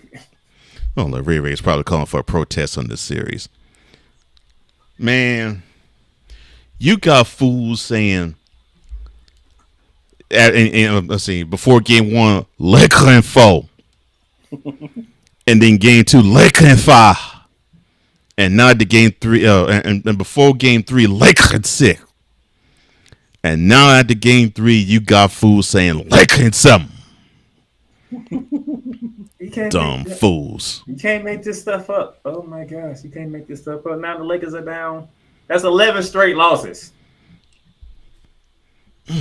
11 straight. 12, actually, sir. You know what 12 means, right? I don't know how. 12 would No. mean No, 12 mean 12 This mean is two 11. playoff 12 mean two playoff sweeps. 12.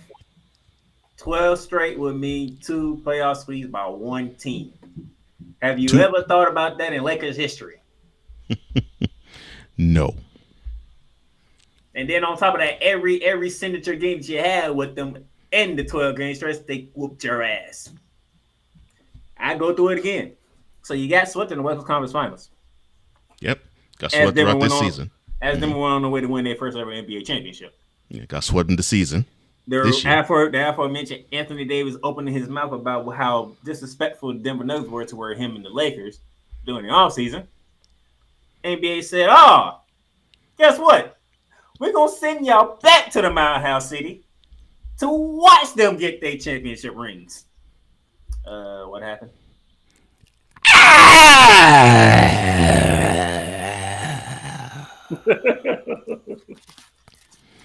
Now, the next game I'm going to bring us the game that I believe Kool McCain probably enjoyed the most, and probably the worst game in Laker history.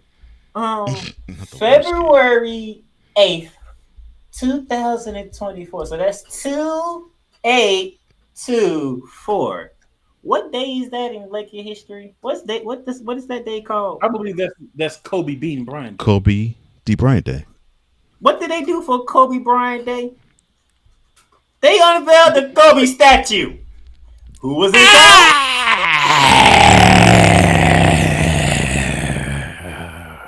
I'm telling you, they pulled out the Trick Willie in the locker room. Y'all get ready to play the Lakers. Whoop that trick. What? The Denver Nuggets was in China for Kobe statue day, and the Nuggets whooped that ass. And then the day that Cole Johnson loves the most, the King, LeBron James, became the first player ever to score 40,000 career points. Who was that against? The Denver Nuggets.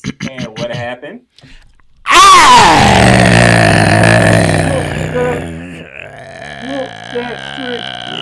Whoop that trick. Whoop that trick. I like it. They took yet another. Victor says, I really hope this season ends on Saturday because I really don't know. Really don't want to go back into the office next week. Oh, Lord. Yeah, Game 5 in Denver Monday night. If it goes to his 5th game, yeah, Lord have mercy. They be saying, my King will be the first one to actually bring our team back from a 3-0 deficit to win the series. I mean, hey, he's the first man to race a 3-1 series deficit in the finals. He should be the guy to race a 3-0 deficit to win the series. Yes, I want your Nuggets, Cool, to put the Lakers out of their misery for a second sweep in consecutive seasons. So basically, what you're saying is you want us to treat him like old Yeller, take him behind the woodshed and get rid of him. You goddamn right. Hey, Charles Barker burned out the burn. You doggone right. Charles Barker was sweeping yesterday. Mm-hmm. I wonder if Steve, when they're gonna bring the boom with him tomorrow to LA. Oh, he will. That's exactly what I want. I want the Nuggets to treat perfect color. Since the Lakers wear yellow, yeah, I want the Lakers to be treated by the Nuggets like they are old Yeller. Oh boy! We're gonna with take a purple collar. Commercial break here, and then when we come back, we're gonna preview the weekend, and the weekend should be fun. Weekend, baby. Network presentation.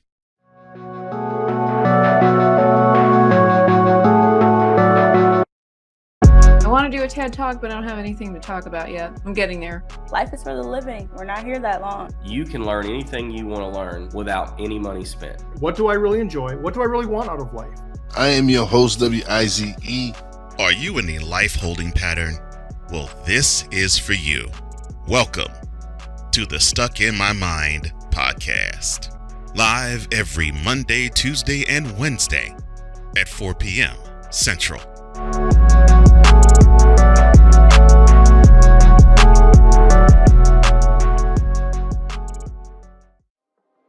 in a world where chronicles of the past are brought to the streams. Whether the content is relatable or completely beyond your realm of life, there is no shadow of a doubt that this show is absolutely full of shenanigans. Get ready for D. Willie in the evening. This Sunday at 10:05 p.m. Eastern. Exclusively on Sertoba Media, where the struggle is real to be awesome.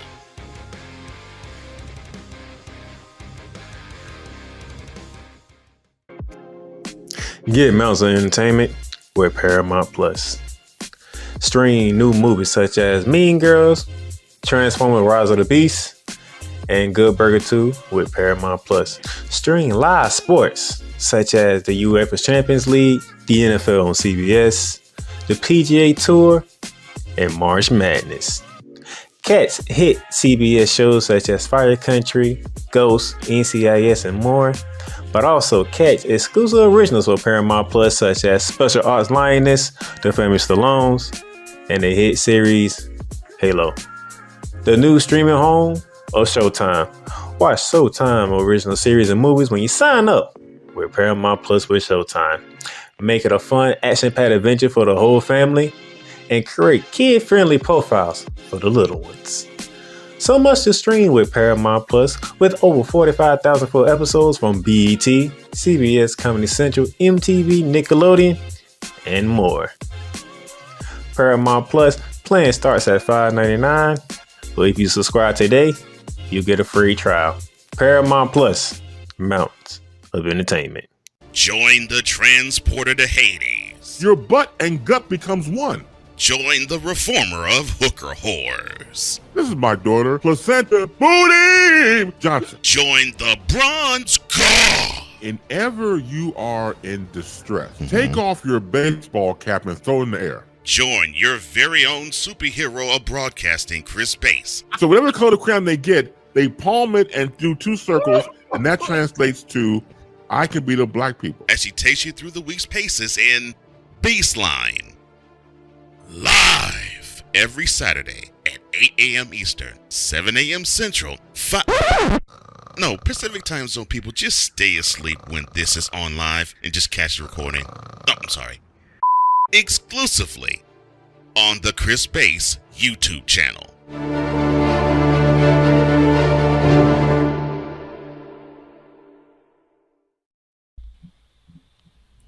Welcome back to Shooting Lights Out. And if you ask me, I think the Lakers need to throw their jerseys up in there for the stretch call. But now, the weekend is here.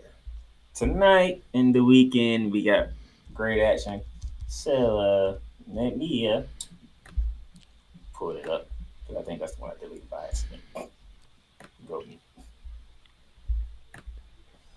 All right, there we go. We got it. So here we go. Tonight we have a triple header on ESPN. Surprisingly, they got triple on ESPN knowing they cover the NFL draft at the same time. That should be fun. We got the Bucks and Pacers up in Indy, the Clippers and Mavs down in Dallas, and the Timberwolves and Suns down in Phoenix. Beginning with the Milwaukee Bucks and the Indiana Pacers tied at 1-1 apiece going into Game 3. As me and Cool mentioned earlier, and Coach Johnson, you just joined us, Chris Middleton is questionable for tonight's game. And the other question that most people are asking, Giannis will not be playing this game either. That was never. So there'll be no Giannis, and you might possibly no Middleton, and possibly no Middleton. So it could be the Dame Lillard show, and we'll see if Bart Porter show up again.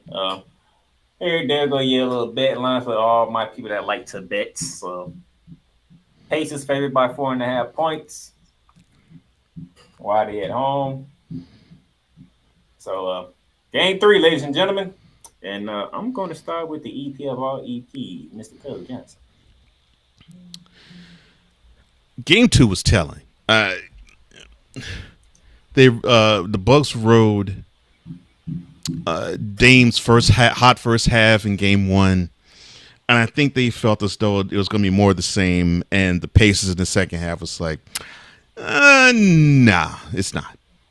It's not. You're going to need your boy that wears 34 if you're going to win this series.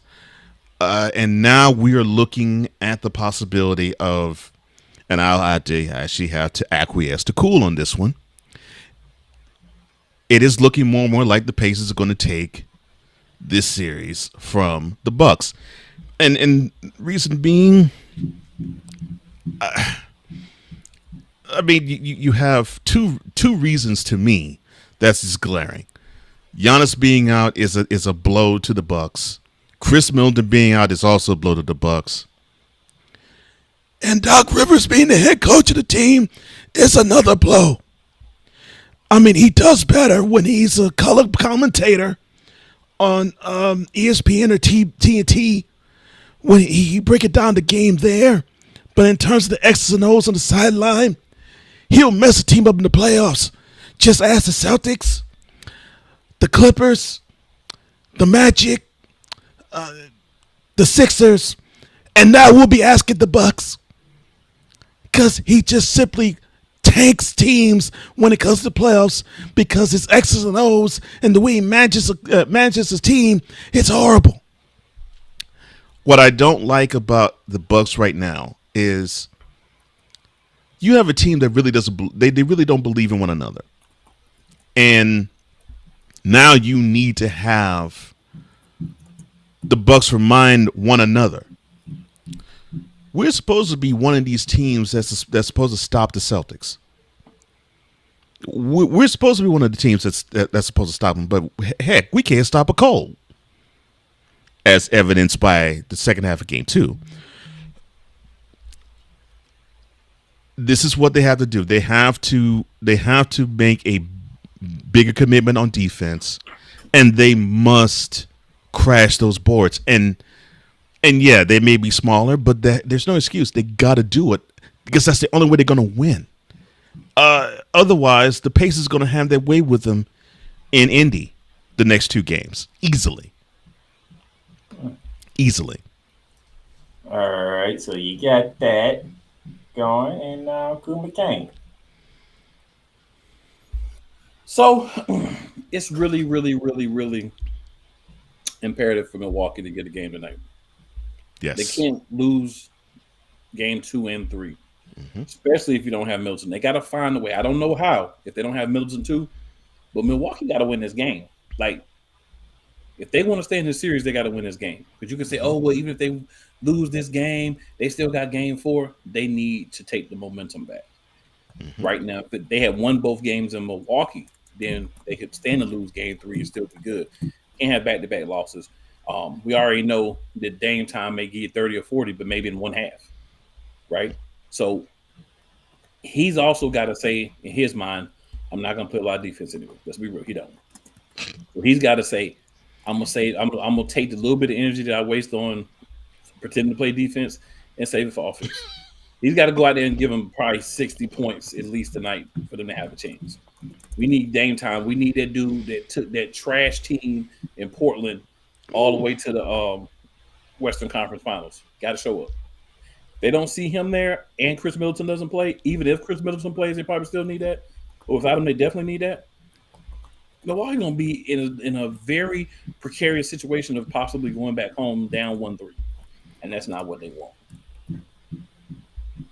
Ooh. Harsh on that. You got to be real, man. You got to be real. That's not can argue against that. I'm not either. It's cool speaking facts. Bucks, I don't know what you're. Dame Lillard gonna have to go for 30 again and score in the second half. Darn it. Bobby Portis, you better find the Bobby he needs to find the bucket. You better find the Bobby Portis to show up against my Magic when we could have grabbed the 2 seed from you and you decided to go for 30 against us. You have the better opponent in the first round anyway. Goodness gracious. I'm making a statement here. It's better your Magic playing the Cavs than they are the Sixers. I'm sorry, my bad. Can I make my point? I'm sorry. I'm sorry. It just was begging for me to say it. I'm sorry. Go ahead. I'm breaking a point where the Bucks needed a win. Bobby Portis was the one. It just happened to go against my Magic.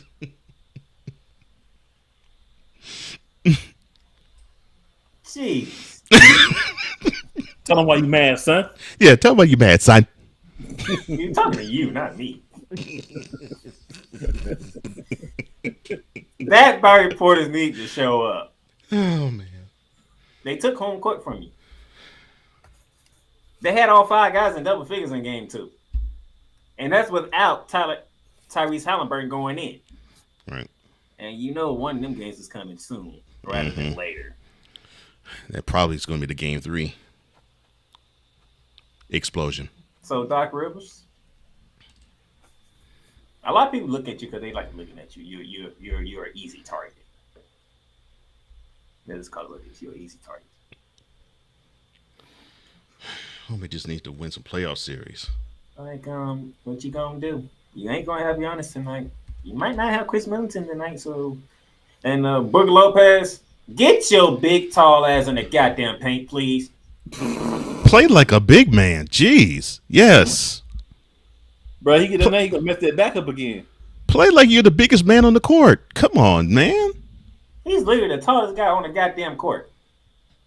And you out here giving me 6 damn points like Kristaps Porzingis did on Wednesday. The unicorn. I forgot that is Porzingis' nickname. Goodness gracious. Y'all better do something. Y'all gotta. You talking about winning championship? You fired a coach who was 30-13 because he didn't have the captivation of the freaking locker room. That's what I still find funny. You fire a coach and the team was 30-13. And they've been worse with the supposed reputable head coach that has taken them from that 30-13 record. You know why? Because it was haberdashery to believe that he was reputable. I love that. I gotta write that word down.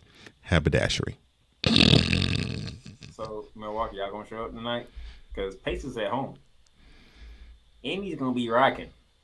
They are looking forward to this, and that's about an hour from now. A tip off tonight. That's about an hour from now. Let's see. So, what you gonna do?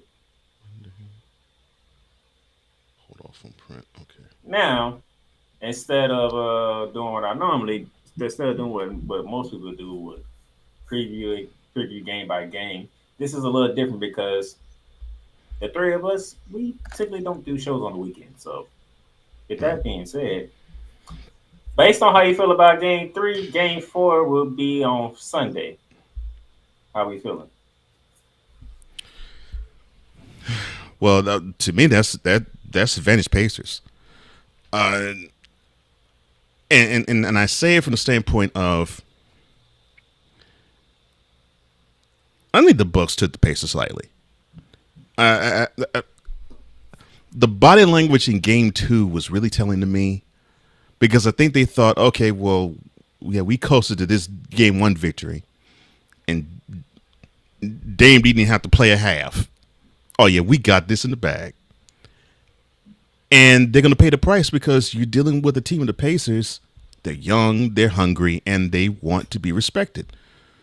Dare say, and I'm about to throw up, their performance in the in-season tournament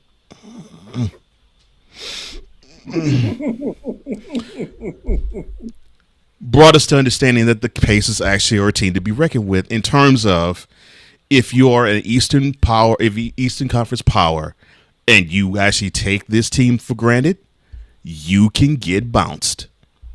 And I think that's what the Bucks are in they're in the crosshairs of being bounced.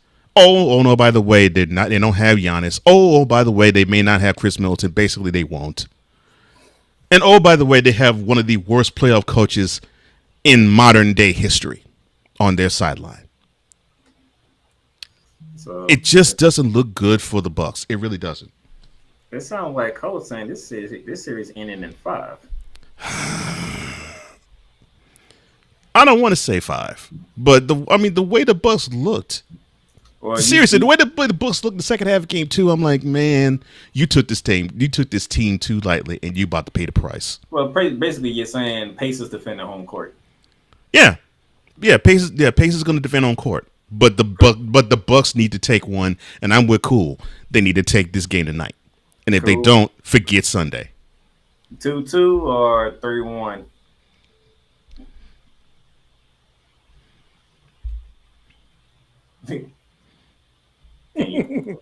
Go like I don't want to answer that.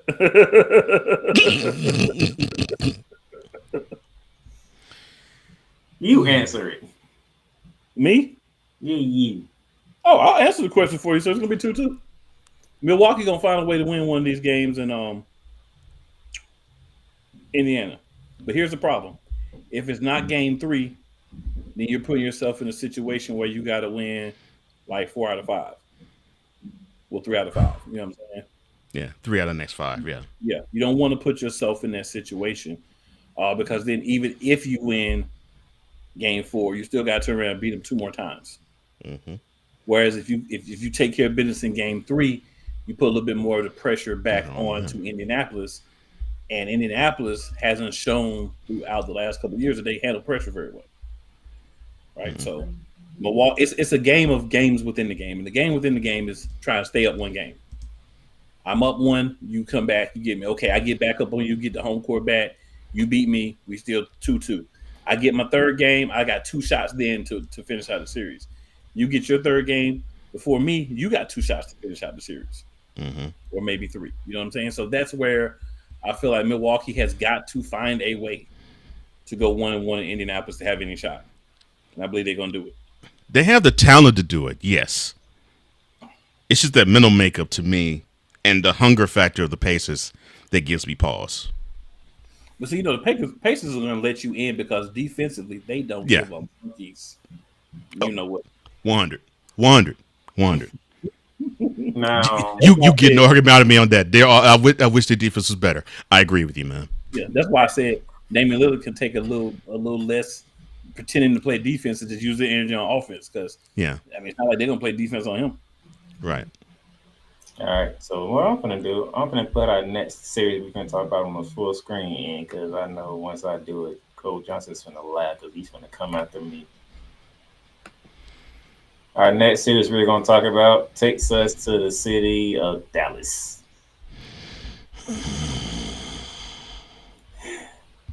1-1 going to Dallas between the Los Angeles Clippers and the Dallas Mavericks. And here we go, 8 p.m. tonight on ESPN after Milwaukee and Indiana. Mavericks 4.5 favorites at home. Kawhi's back for the Clippers. So I'm going to go to Cool McCain first because I already know Cole Johnson's going to throw me in the 10 fan club for the Clippers.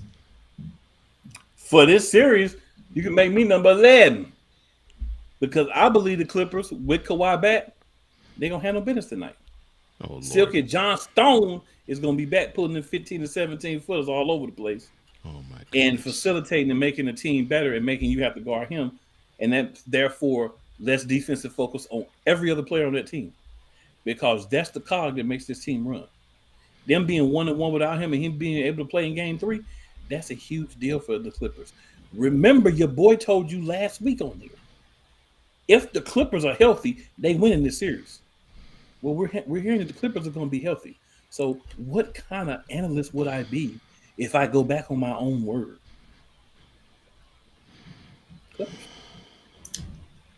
Clippers, you have to win on the road anyway, so you might as well take this one tonight.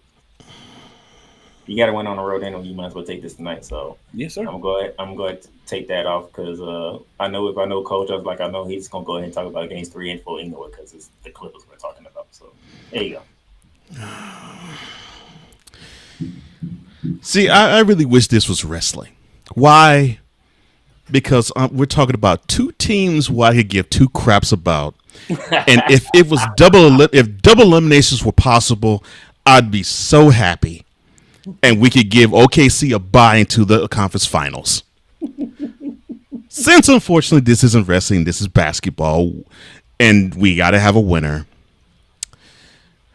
Look, the Clippers have the more talent. I would be sitting here acting like Bobo the fool if I were to say that the Mavs have more talent than the Clippers do. The Clippers are loaded with talent. The Clippers are loaded with with star talent. Probably more than any other team in the Western Conference at least. And they should, and I agree with Cole, they should advance because if they're healthy, there's a team with the exception of the Nuggets and maybe the Timberwolves that can handle them in the West. I don't think this team is healthy. And I put it this way. So they played without Kawhi in game 1. They won by double digits against the Mavericks. Kawhi Leonard was on the court. It was a defensive battle, which I was surprised. And the Mavs won it.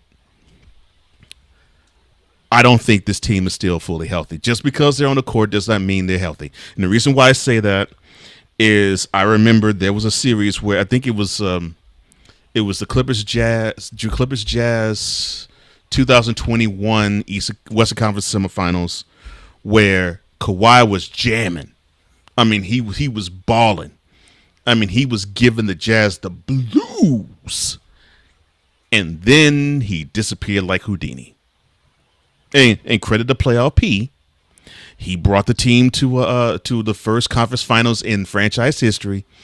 And they gave the Suns a tussle, but they just weren't able to bring it on home and go into the NBA finals.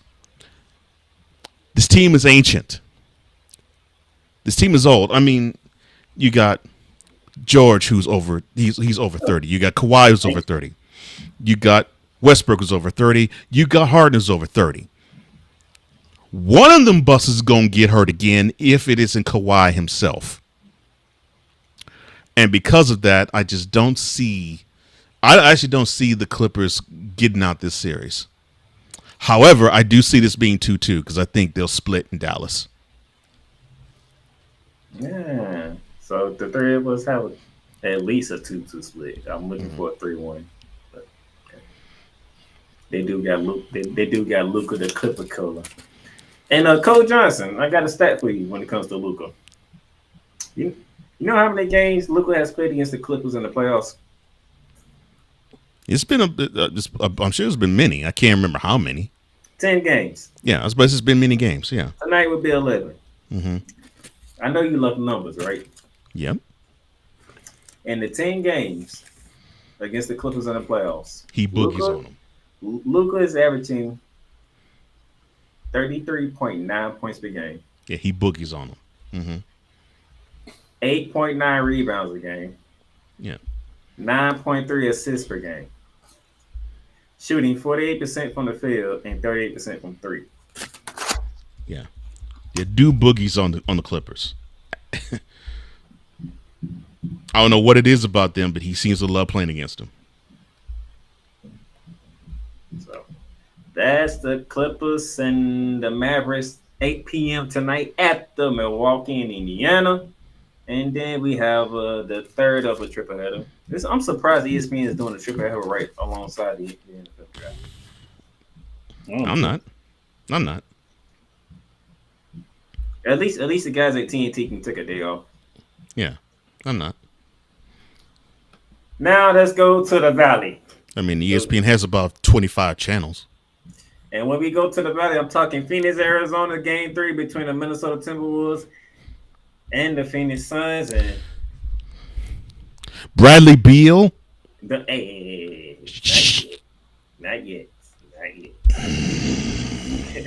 I know it.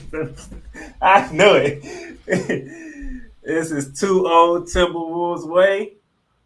Game 3, the Phoenix Suns are favorite to win game 3 at home over the Minnesota Timberwolves. Interesting. But yes, the only thing the Minnesota Timberwolves did was defend home court. Let's see how they does. And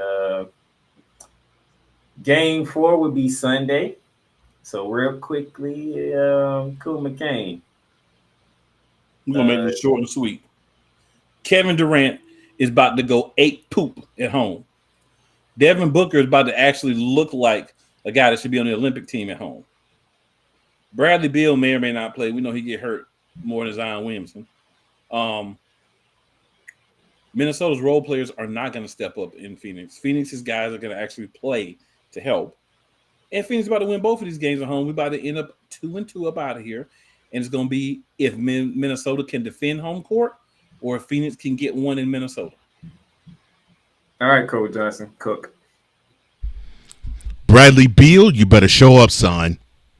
Because how you were in the Twin Cities, that is not how it's supposed to go. They rolled that money. They rolled that Brinks truck in your direction to lure you out of the district for moments like this. And the first 2 games of you being a son in the playoffs, you got sunned. Come on, man. This is not how you're supposed to go. And then we got Devin Booker. Well, I would give you the pep talk, but I know that you will play under 2 conditions. And those 2 conditions are if the game's at home and if it's not an elimination game. Because if it's not either of those 2 scenarios, you disappear faster than David Copperfield. So I know you're going to show up. I'm not worried about Durant. But Bradley Beal, bring your game, son. Come on now.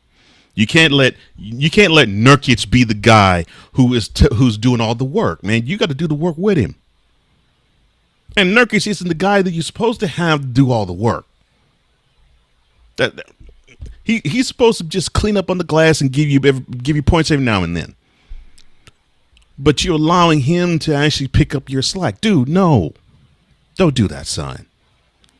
Now, for the Timberwolves, they were mighty impressive all of game 1 and the second half of game 2. I love the fact that they're willing to play D and they're willing to beat teams down in the front court. I like that. We need more teams like that. We need more teams who want to be big in the front court and just show that they can dominate. I love that. What I think will happen, though, and I think we sort of had a portent of things to come in game 2 when you had Karl Anthony Towns pick up 3 fouls in the first quarter. He won't have the home cooking, and although he's a veteran now in the league, he's going to play like he is wet behind the ears and the breath still smell like Similac. So I think he's not going to be effective like he normally would be. Gobert will be fine, but he won't score like he has been, though. To me, the key is McDaniels. If he can score more, if he can step up and score, then I think this pressure would be on the Suns to actually hold home court. However, McDaniels is considered a role player. So when that happens, normally the rule of thumb is role players don't do as well on the road as they do at home. So it makes Anthony Edwards' job extremely difficult. And mind you, he came off a game where he only scored 15 points of 3 of 12 shooting and had 8 dimes. So I know he's going to want to come out and prove something, but you got to have the supporting cast do the same. I don't know if they're up for the task. So I think the Suns will do to the Timberwolves like what T-Wolves did to the Suns in the Twin Cities. And when they leave the desert, that series is going to be tied at 2. So, great stuff, Cole Johnson. Great stuff. Thank you.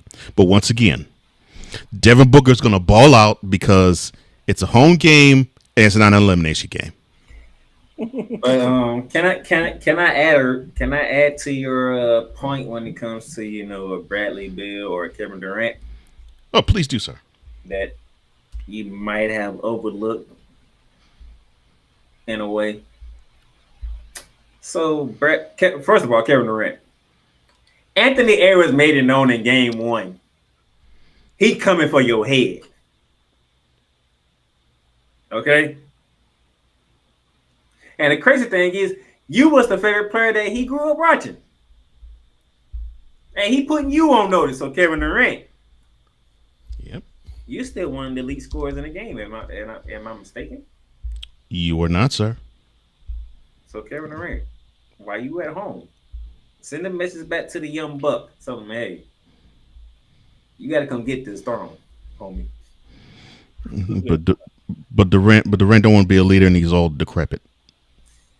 Now, Kevin Durant need to go out there like the Rock. What you say, boy? It's my team, boy. My game, boy. My series, boy. Yeah. Mm-hmm. See, yeah. Let me learn you something. Dang, this brush. Doggone it. Let's get stuck on these naps. Now to Cole Johnson's forget this brush. Bradley Beal point. Guess who's injured and most likely not going to play in this game. How convenient. Who was that, sir? Grayson Allen. Anyway, who I can say who's actually been the better running teammate for Kevin Durant than the other two. Which is true, but the white thug needs to be on the bench. Thug love. Cole is saying that for other reasons outside of basketball. Well, no, it was within basketball. Even though it happened on the court. Yeah. Thuggish act from a thuggish actor. But it wasn't basketball. Great. But it's not basketball reasons, is my point. Well, true. Because he wants to be a thug. He want to hang out with Draymond Green. Ever since he's been in Phoenix, he's been the one that actually shows up. Yeah, he actually found his shot. I'm like, oh, wow, okay. He must lead out because the way that he twisted his ankle, oh my gosh, that did not look good whatsoever. That's after he already had injured it earlier. So Bradley Beal, do you want to step up for once? Please. And remind people why when you was in the nation's capital, why you was that dude in Chocolate City? Chocolate City. Best thing that the Negro Night ever said.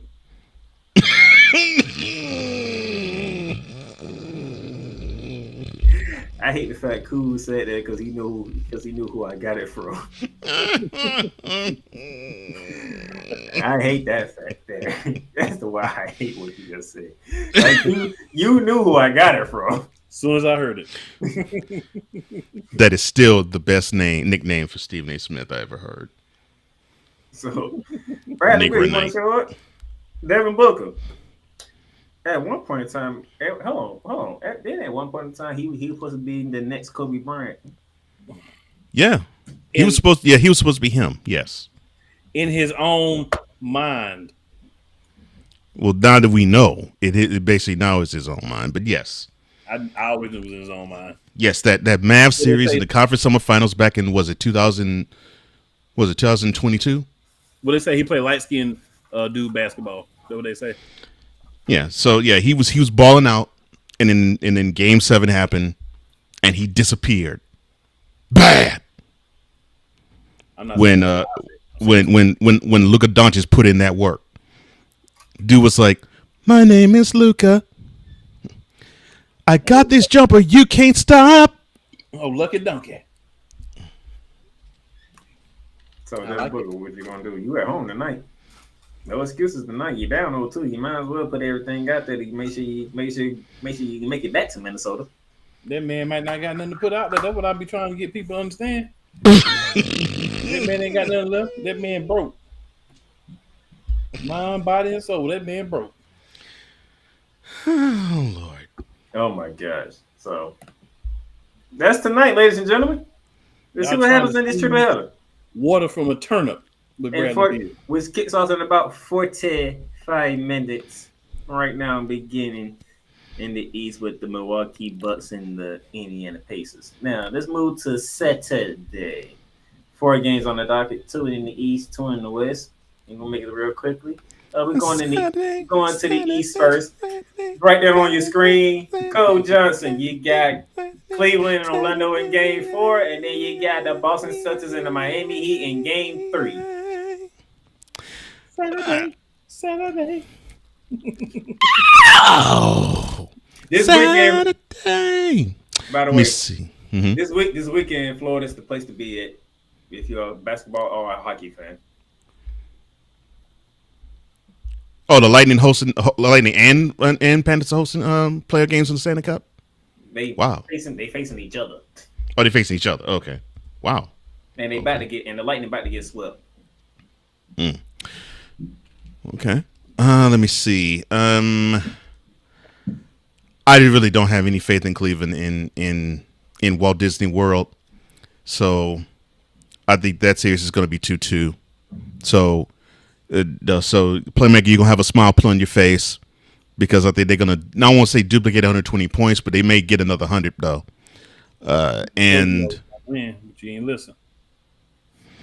And well, I still think Cavs gonna win the series, but because I just think the Magic don't have enough experience, and I think they're still a little wet behind the ears. They still have the breath smell like Similac. Yeah. If they didn't toss up lunches with Gerbers in their mouth, I would probably give the Magic to Don, but no, I can't. Game 3 between the Heat and the Celtics. South Beach. I think the Celtics will take Game 3, but I believe this series will be 2-2 when they play. I think they play Monday. Yeah, but I think the Celtics take Game 3. Cool. I'm actually going to agree with both of the picks from Mr. Johnson. For this game, I do have Orlando beating Cleveland. So they had their mojo, but they lost it. And it's not easy to get that thing back. Once you lose that thing, it's kind of hard to get that thing back. And Orlando ain't trying to give it up. Sure ain't. You know what I'm saying? Boston's the better team. Mm-hmm. Boston got a wake-up call. That's right. So it's time for them to come out and just say, you know what? We ain't playing with y'all no more. Right. We got teams out here looking at us like, oh, y'all done let these cats get a win on you without Jimmy Butler? Mm-hmm. Nah, they coming to play. They coming to take heads the next 2 games. Yeah. No more games is being played. This is over in 5. And for some reason, the Celtics seem to play better on the road. I don't understand it. I don't. So they can't take no more L's. Where they trying to get, they got to be more serial. Yeah. Yeah. They got to take as few L's as possible and play as least amount of games as possible. I 100% agree with you. 100% agree with that. Orlando, just repeat what you did Wednesday. Not Wednesday, but yesterday. Just repeat what you did. Get on the glass. That's it. I think you'll be happy. I think you'll be happy to what's going to happen, Playmaker. I you got work Cleveland on the glass. You gonna win. Yeah. Because for some reason, if Evan Mobley can't get on the glass, his game just disappears. I don't know. Orlando about to win about 3 in a row real quick. I tell y'all. I think Cool over there laughing, but watch when it happens. Now I got that script like Shaq. I think Cool just said so you say the match is going to come back to Orlando up 3-2. Okay. Yes, sir. All right. And prediction sure to go wrong. I have no idea what to do with this. I have no idea what to do with this Boston Miami series because you think one way and it goes the other way. No prediction sure to go wrong. Yes, so it's like where everybody's saying Boston's finna come back revengers and all this other stuff, and here come the Heat again. It's like if Jimmy Butler ain't out there, they ain't win no more games, bro. They have no more opportunities. That was their opus. That was their. No. This is our shout out. This is our flowers to beat Jimmy Butler. Since he ain't playing, we had to get one for you, big dog. Himmy. But unless he come out, Boston should win, but I would not be surprised if Miami is sitting around here like, y'all must have forgot who we are. I'm still disgusted in the Celtics. The heck you let them beat you by 10 in your crib without Jimmy Butler? Because their coach is not good. They got the young Doc Rivers over there. Young Doc Rivers. So that's the east side. Let's go to the west side. Cool McCain, we got your side. We have the Thunder. They are in the Big Easy to take on the Pelicans. No word on Zion Williamson as of yet. And then the nightcap for tomorrow. Will there be another sweep in Crypto.com arena? Go ahead, Cool. So I'm gonna start with OKC in New Orleans. New Orleans, if you don't want to be swept, this is the game to win because you can watch the next game after yours and understand what happens when you go down 3-0. Okay, so if you're gonna win, if you're gonna have any iota, any shred, any hope, any belief, any just faith that you're gonna win this series, you better win tomorrow. Any belief, real talk. If you catch that L tomorrow, and you're gonna follow the Lakers home. And yes, I just answered 2-1. The Los Angeles Lakers had the opportunity in Game 3 to win. The Los Angeles Lakers had the opportunity in Game 1 and 2 as well. But they're playing a better team with a better bench, with a better coach, and a better collection of talent. And a better focus. And better focus as well, yes, sir. They are going to go ahead and sweep this thing on out. As Cole said, I tried to give y'all a game. Y'all ain't want it, so that's cool. That's the L. You know what I'm saying? Y'all ain't want it. Y'all ain't want to try to give you one like that win one. Like, you know what I mean? Be 4-1, gentleman sweep. Nah, y'all don't want to be gentlemen. Y'all want to get swept. So we're going to give y'all that sweet. Chuck got the broom out. I got the broom out. You know what I'm saying? Steven, they going to be there. Nigger night with his broom. It's going to be all good. Nuggets in 4. New Orleans, I'm going to give you the benefit that you're going to come ready to get a game. So Cole Johnson, he missed this part of the show. So New Orleans. Matter of fact, I'm not even going to say New Orleans. Brandon Ingram. If you that dude, you better take more than 10 shots. Oh, Cole? You just answered the question. Yes, sir. Just like Vicola said in the comments here, when that happens, not if, when it happens, we need another LeBron James annual end of season service at the City Field. Oh, Lord. Anyway. Another end of season service. Okay. Brandon Ingram, I'm going to need more than 10 shots if the Pelicans is going to stave off elimination and not get swept. 20. You can't be around here taking 20 shots. No, he got to take 20. In 2 games. Yeah, he got to take 20 in 1 game. 21 game. You got 18 points both games, and you took 10 shots in both games, and you hit half of them in both games. The low should be 20. Not the low. If you that dude, because Zion, we don't know the status of Zion. It ain't sounding good either. Yeah, we do know this. We do know the status of Zion. Ow! So Brandon Ingram, you gonna rise up or something? Are you gonna rise up and make sure the Pelicans don't get swept? Because if you don't show up, CJ McCollum can't do it on his own.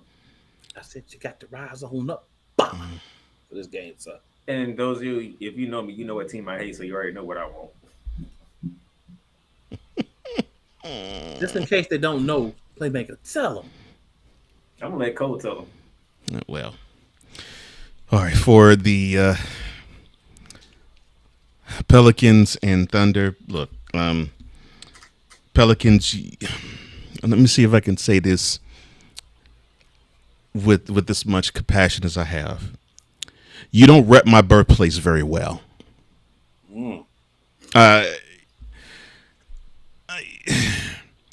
You show signs, you show flashes, and then you revert back to being a team that just does not know what to do, as if you have 4 heads on your body.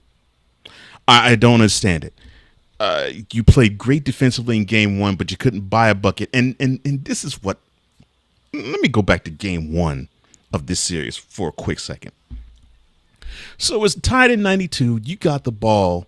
You decide to chunk not 1 and get a rebound, not 2 and get a rebound, but 3 errant 3-pointers and not try to get a better shot any of those 3 times.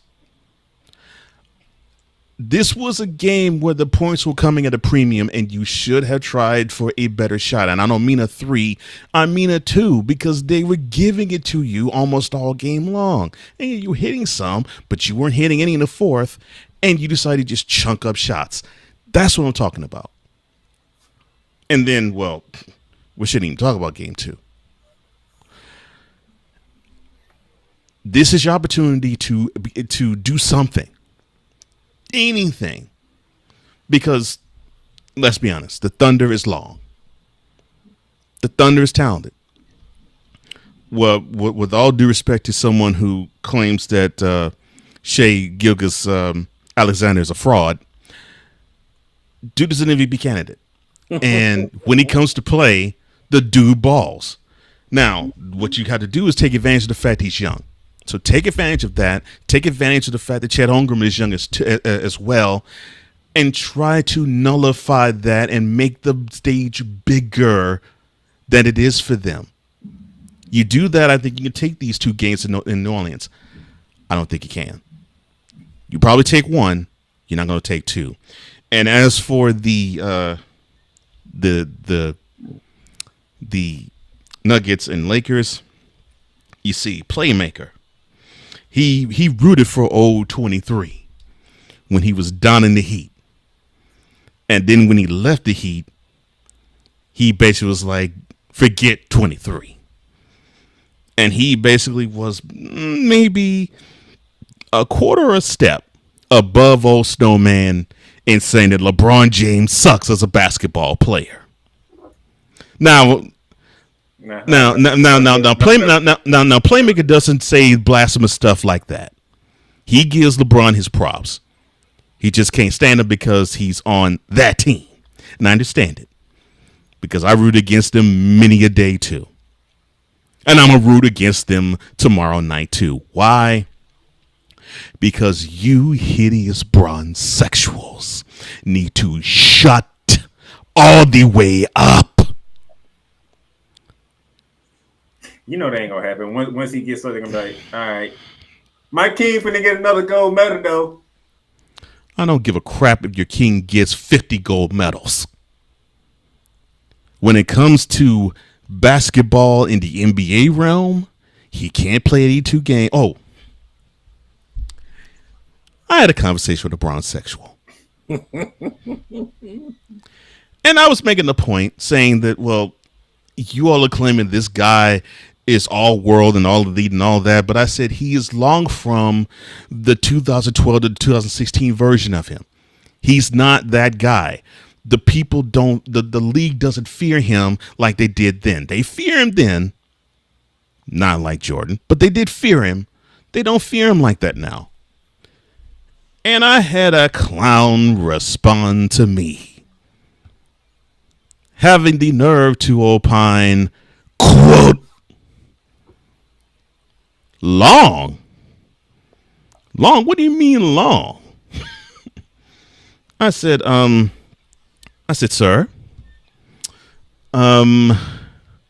He says, oh yeah, he's still all NBA. I said, okay. Let's see. 1, is he the greatest player in the game today? No.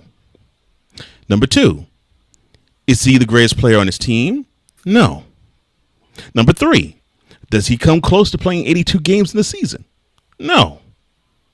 So with those 3 things, that means that LeBron James is long from the 2012 to 2016 self, because he would come closer to playing 82 games then. He was the greatest player on his team, and people thought he was the greatest player in the game of that day. You have these bronze sexuals with this guy who is 39 years and 4 months of age thinking that the ground is sweet once he steps on it.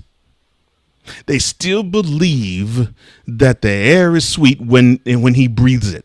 And they still believe his crap tastes like Skittles when he deposits.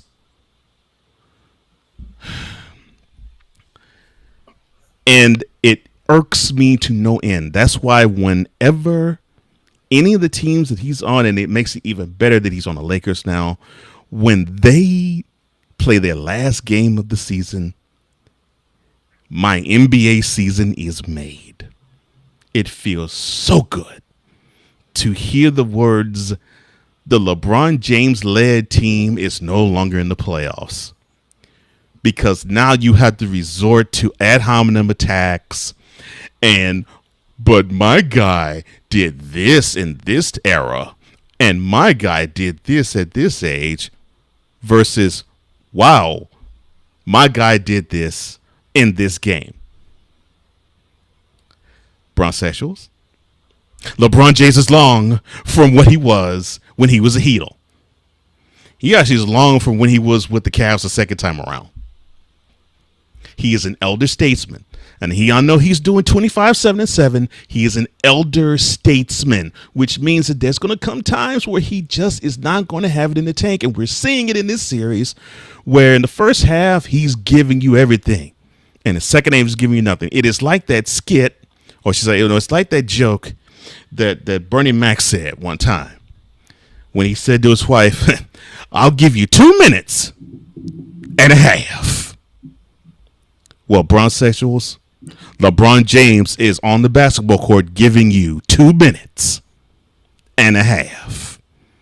And when he gives you them 2.5 minutes, it's going to be all world.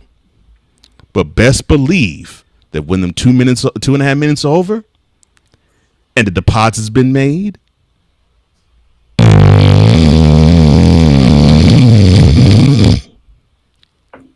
Yo Kang is going to sleep. And so are the Lakers. Bye-bye. Get the brooms. R.I.P. Bernie Mac. Bernie Mac has made my show. Oh my gosh.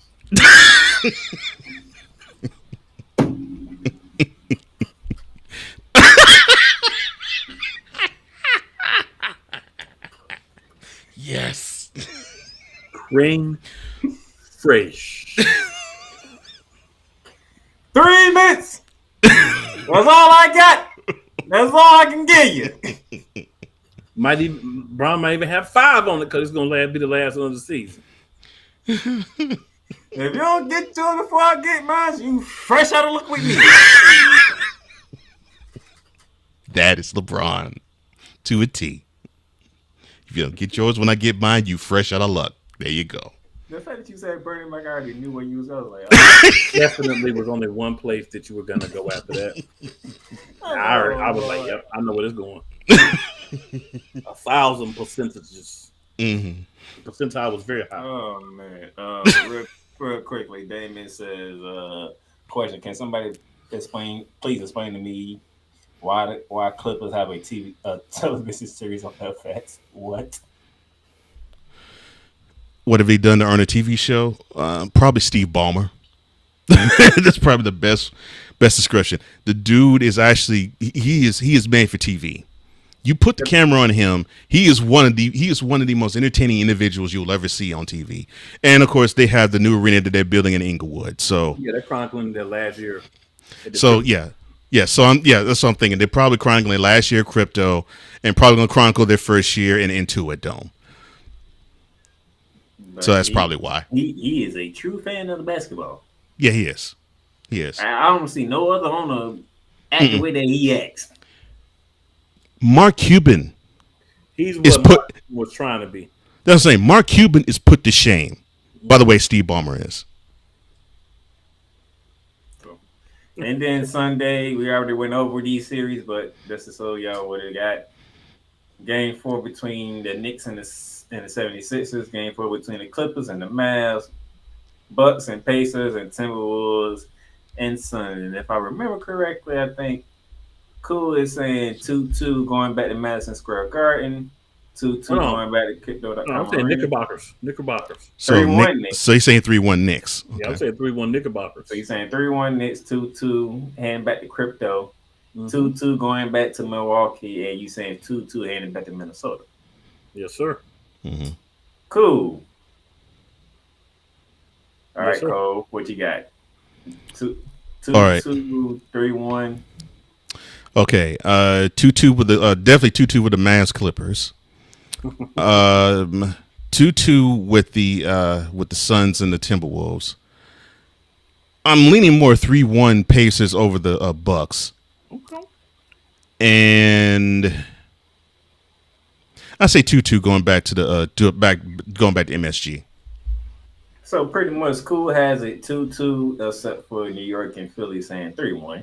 Yes, sir. And Cole has it 2-2 for just about all the series on here except for Pacers and Bucks, with Indiana having 3-1. Mm-hmm. The reason I say it is because Joel Embiid in his one leg, you're gonna have to take a break this game. You can't put up another 50. No, he can't put up 50, but I think Maxey probably will take up the load. That's why I'm saying that. Me. I feel you. Yeah. But you are not wrong, my friend. You're not wrong. I can't see Embiid pulling 50 Sunday. Yeah. 2-2 across the board. Are you 2-2 at all four for you? 2-2 across the board. Okay. Except for Phoenix. Okay. Oh, so you think it's going to be 3-1 Timberwolves in that one? Okay. All right. Bradley Beal ain't going to show up one of them damn games. Bradley Beal might not show up at all. I ain't Bradley Beal doing jack crap in the series. Bradley Beal, I said I wanted Kirk Cousins' agent. Oh Lord, Beal. No. That's an agent He said I want Bradley Beal's I want Bradley Beal's agent. Who is that? Because that person got this man a whole lot of racks and a whole lot of bags. And this man has played about as much as I have. To not do, not even play much, not even show up in the playoffs, not even play much in the regular season too. Didn't show up at all. That was one of the season where I'm like, me and Bradley Beal don't play the same amount of games, and it was this year. Oh my! Well, that's that. That's the weekend for you. You got a lot of games to look forward to. So when I come back Wednesday, I don't know who will be joining me Wednesday. I was gonna say Monday, but the way that my schedule has set up, Monday can't happen. We understand, bro. The reason why Monday can't happen because my co-host on Monday, he wanted to tell them why me doing a show on Monday is not gonna happen. Yes, sir. Because of the commercial you need to be playing from Monarchs of Wrestling, which you do play. It will be at 6:30 p.m. Eastern Standard Time. That's right. And we'll be discussing the first night of the draft that will happen tonight for the WWE and previewing night 2 of the draft for the WWE. And if something happened in AEW, like the owner get beat up and pile driver and stuff like that, we might talk about that. And I'm sure Jordan Grace said a couple of things for us to talk about. And he was in the draft room with her net brace. Yeah, I was about to shout out to Tony Khan in the Jaguars war room wearing a neck brace. But because of that nose candy that he forgot that he actually had pain in his neck. Because when you on them different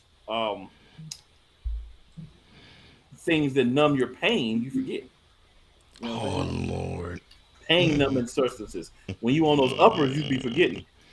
And TK is definitely an upper guy. But funny thing is, I said Monday, right? That's why you don't. Yeah, you said Monday.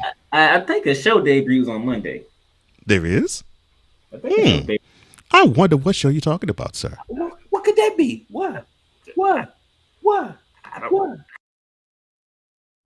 The largest egg producer finds bird flu in chickens at a Texas plant. Weather. Devastating tornadoes rip through the heart of the United States. Inspiration. A breast cancer survivor completed the journey of chemotherapy and now begins a future one of matrimony or sports. Michael Jordan is shown on a photo with Diddy. LeBron James has a video extolling the virtues of a Diddy party. This has been yet another Beating a Dead Horse presentation. We got you covered. BS3 Network proudly presents The Morning Shift with Cole Johnson. Live every weekday morning beginning April 29th at 8 a.m. Eastern, 7 a.m. Central.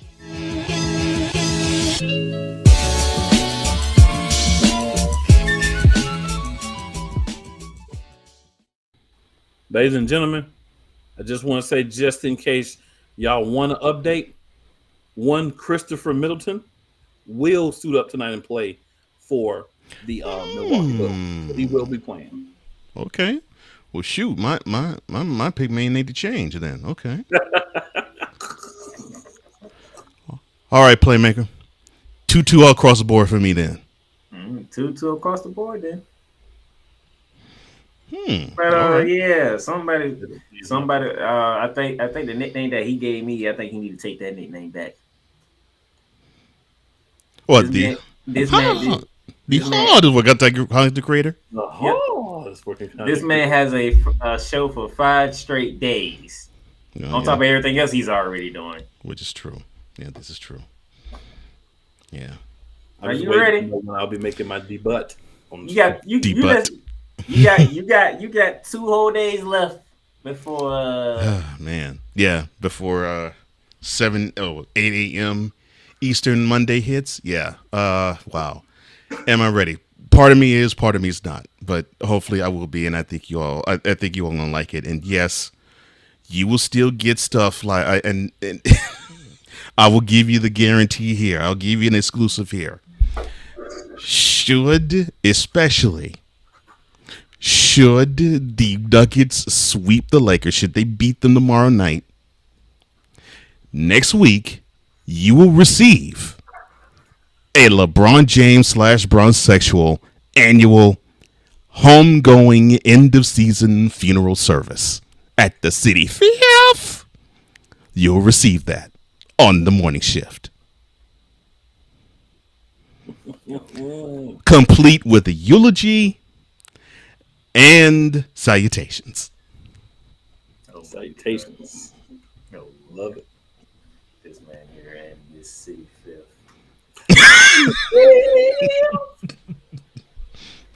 Still didn't put a door on a doorknob yet. What's that? I said, I still didn't put a door on the doorknob yet. Nope. Sure ain't. They still got that building fund going. What? That building fund got it. That's a topic for you on a morning shift right there. Oh God, churches and the forever never ending building fund. Yeah. Building fund, no building. Yeah. I might actually have to touch on that once. Yeah, Damien. Yeah. Yeah, I want you to see it because I will definitely bring it. Oh. Yeah. Oh my gosh. I'll definitely bring it. Yeah. If I get what I want tomorrow, I know I'm going to hate that part of the show. What do you mean you're going to hate that part of the show? I hate it when you did it on Snowman. Well, I for one loved it. Why you think I avoided? You forgot the reason why I avoided Wednesdays? I love this. Bisexual confessions. I mean, you just do that about once every 3 months. I'm good, but City Fifth. Oh yeah. Oh man, yeah. I'm gonna have to brush up on the Paso. Hey, I remember Cool was like, "Why you don't never come on Wednesday? Because I don't have time to deal with you and everything that's LeBron sexual." I mean, I feel it though. Like I ain't knocking Playmaker because sometimes you do be like, "Come on, bro," with the Brian sexual joint. But City Fifth, that's like it's Brian sexual part of it, but it's like a whole different thing too. Mm-hmm. No. When you said that, you're not talking about Cole Young. You're talking about the other guy. True. You're talking about the other guy. True. Yeah. Yes, he is. City Field. Oh man. But yep, Cole Johnson will be debuting the morning show, the morning shift, this upcoming Monday as my co-host on Monday nights. Yes, Monster Wrestling, 6:30 p.m. Eastern Standard Time. I'm looking forward to that show too. Recapping SmackDown's WWE draft. By the way, those of you who don't know, all the champions are protected, so the champions are staying on their brand. Oh, and yes, I will say this on recording. Both of you have standing invites. Well, Cool knows this, and you do to a degree too, Playmaker. You both have standing invites to be a guest on the morning shift. I look forward to it. I might pop up Monday. You never know. Oh. So there you have that. So yes, I'll be talking wrestling Monday. So that means y'all probably won't be seeing me till Wednesday, and we'll see if one of these two or somebody else will join me Wednesday, or I'll be going solo like I did this Wednesday. Yeah. But outside of that, this weekend's gonna be fun. Yeah. Somebody gonna do something that one of us three ain't gonna like. If a certain team get bounced out this weekend, we all gonna laugh. We sure are. One and one's gonna laugh harder than the other two, but yes, we'll still laugh. We'll still laugh hard. I don't think you're talking about you. I think you're talking about me. I agree. He's talking about you. Mm-hmm. I think you're talking about me on that one. Mm-hmm. I know he's talking about you. Mm-hmm. And if a couple of teams let the series go back to their place at 2-2, they're in trouble. Oh Lord! Another Bernie Mac reference. So I'm proud of you, bro. But until then, that is Cool McCain down there at the bottom, representing the reigning, defending, undisputed NBA World Champions. Up there on the top right, that is the man, Cole Johnson, who will be adding more workload to his workload. Yes. And for me, the Playmaker here, signing off. Enjoy your weekend. Like Pat McAfee say, be nice. You'll never know, it might change somebody's life. And we out. You've done great. But you can't stop here. You can't stop now. You gotta keep going. Through all your trials and your tribulations, you gotta keep pushing. Now, finish your canvas. Yeah, gotta get it out the mud, that's the only way to win. Who am I to point the finger like I never ever seen? Been through the ups and downs like the letter N. They don't let you through the door, better kick that again. Cause that's the only way to win. That's the only way to go. Gotta get it out the mud. Gotta get it out the flow. Cause that's the only way to go. Let's go. Thank you for tuning in to today's episode. If you want to follow the podcast, you can follow it on all streaming platforms, including Apple Podcasts, Google Podcasts, Spotify, Stitcher, and a whole lot more. This has been Shooting Lights Out.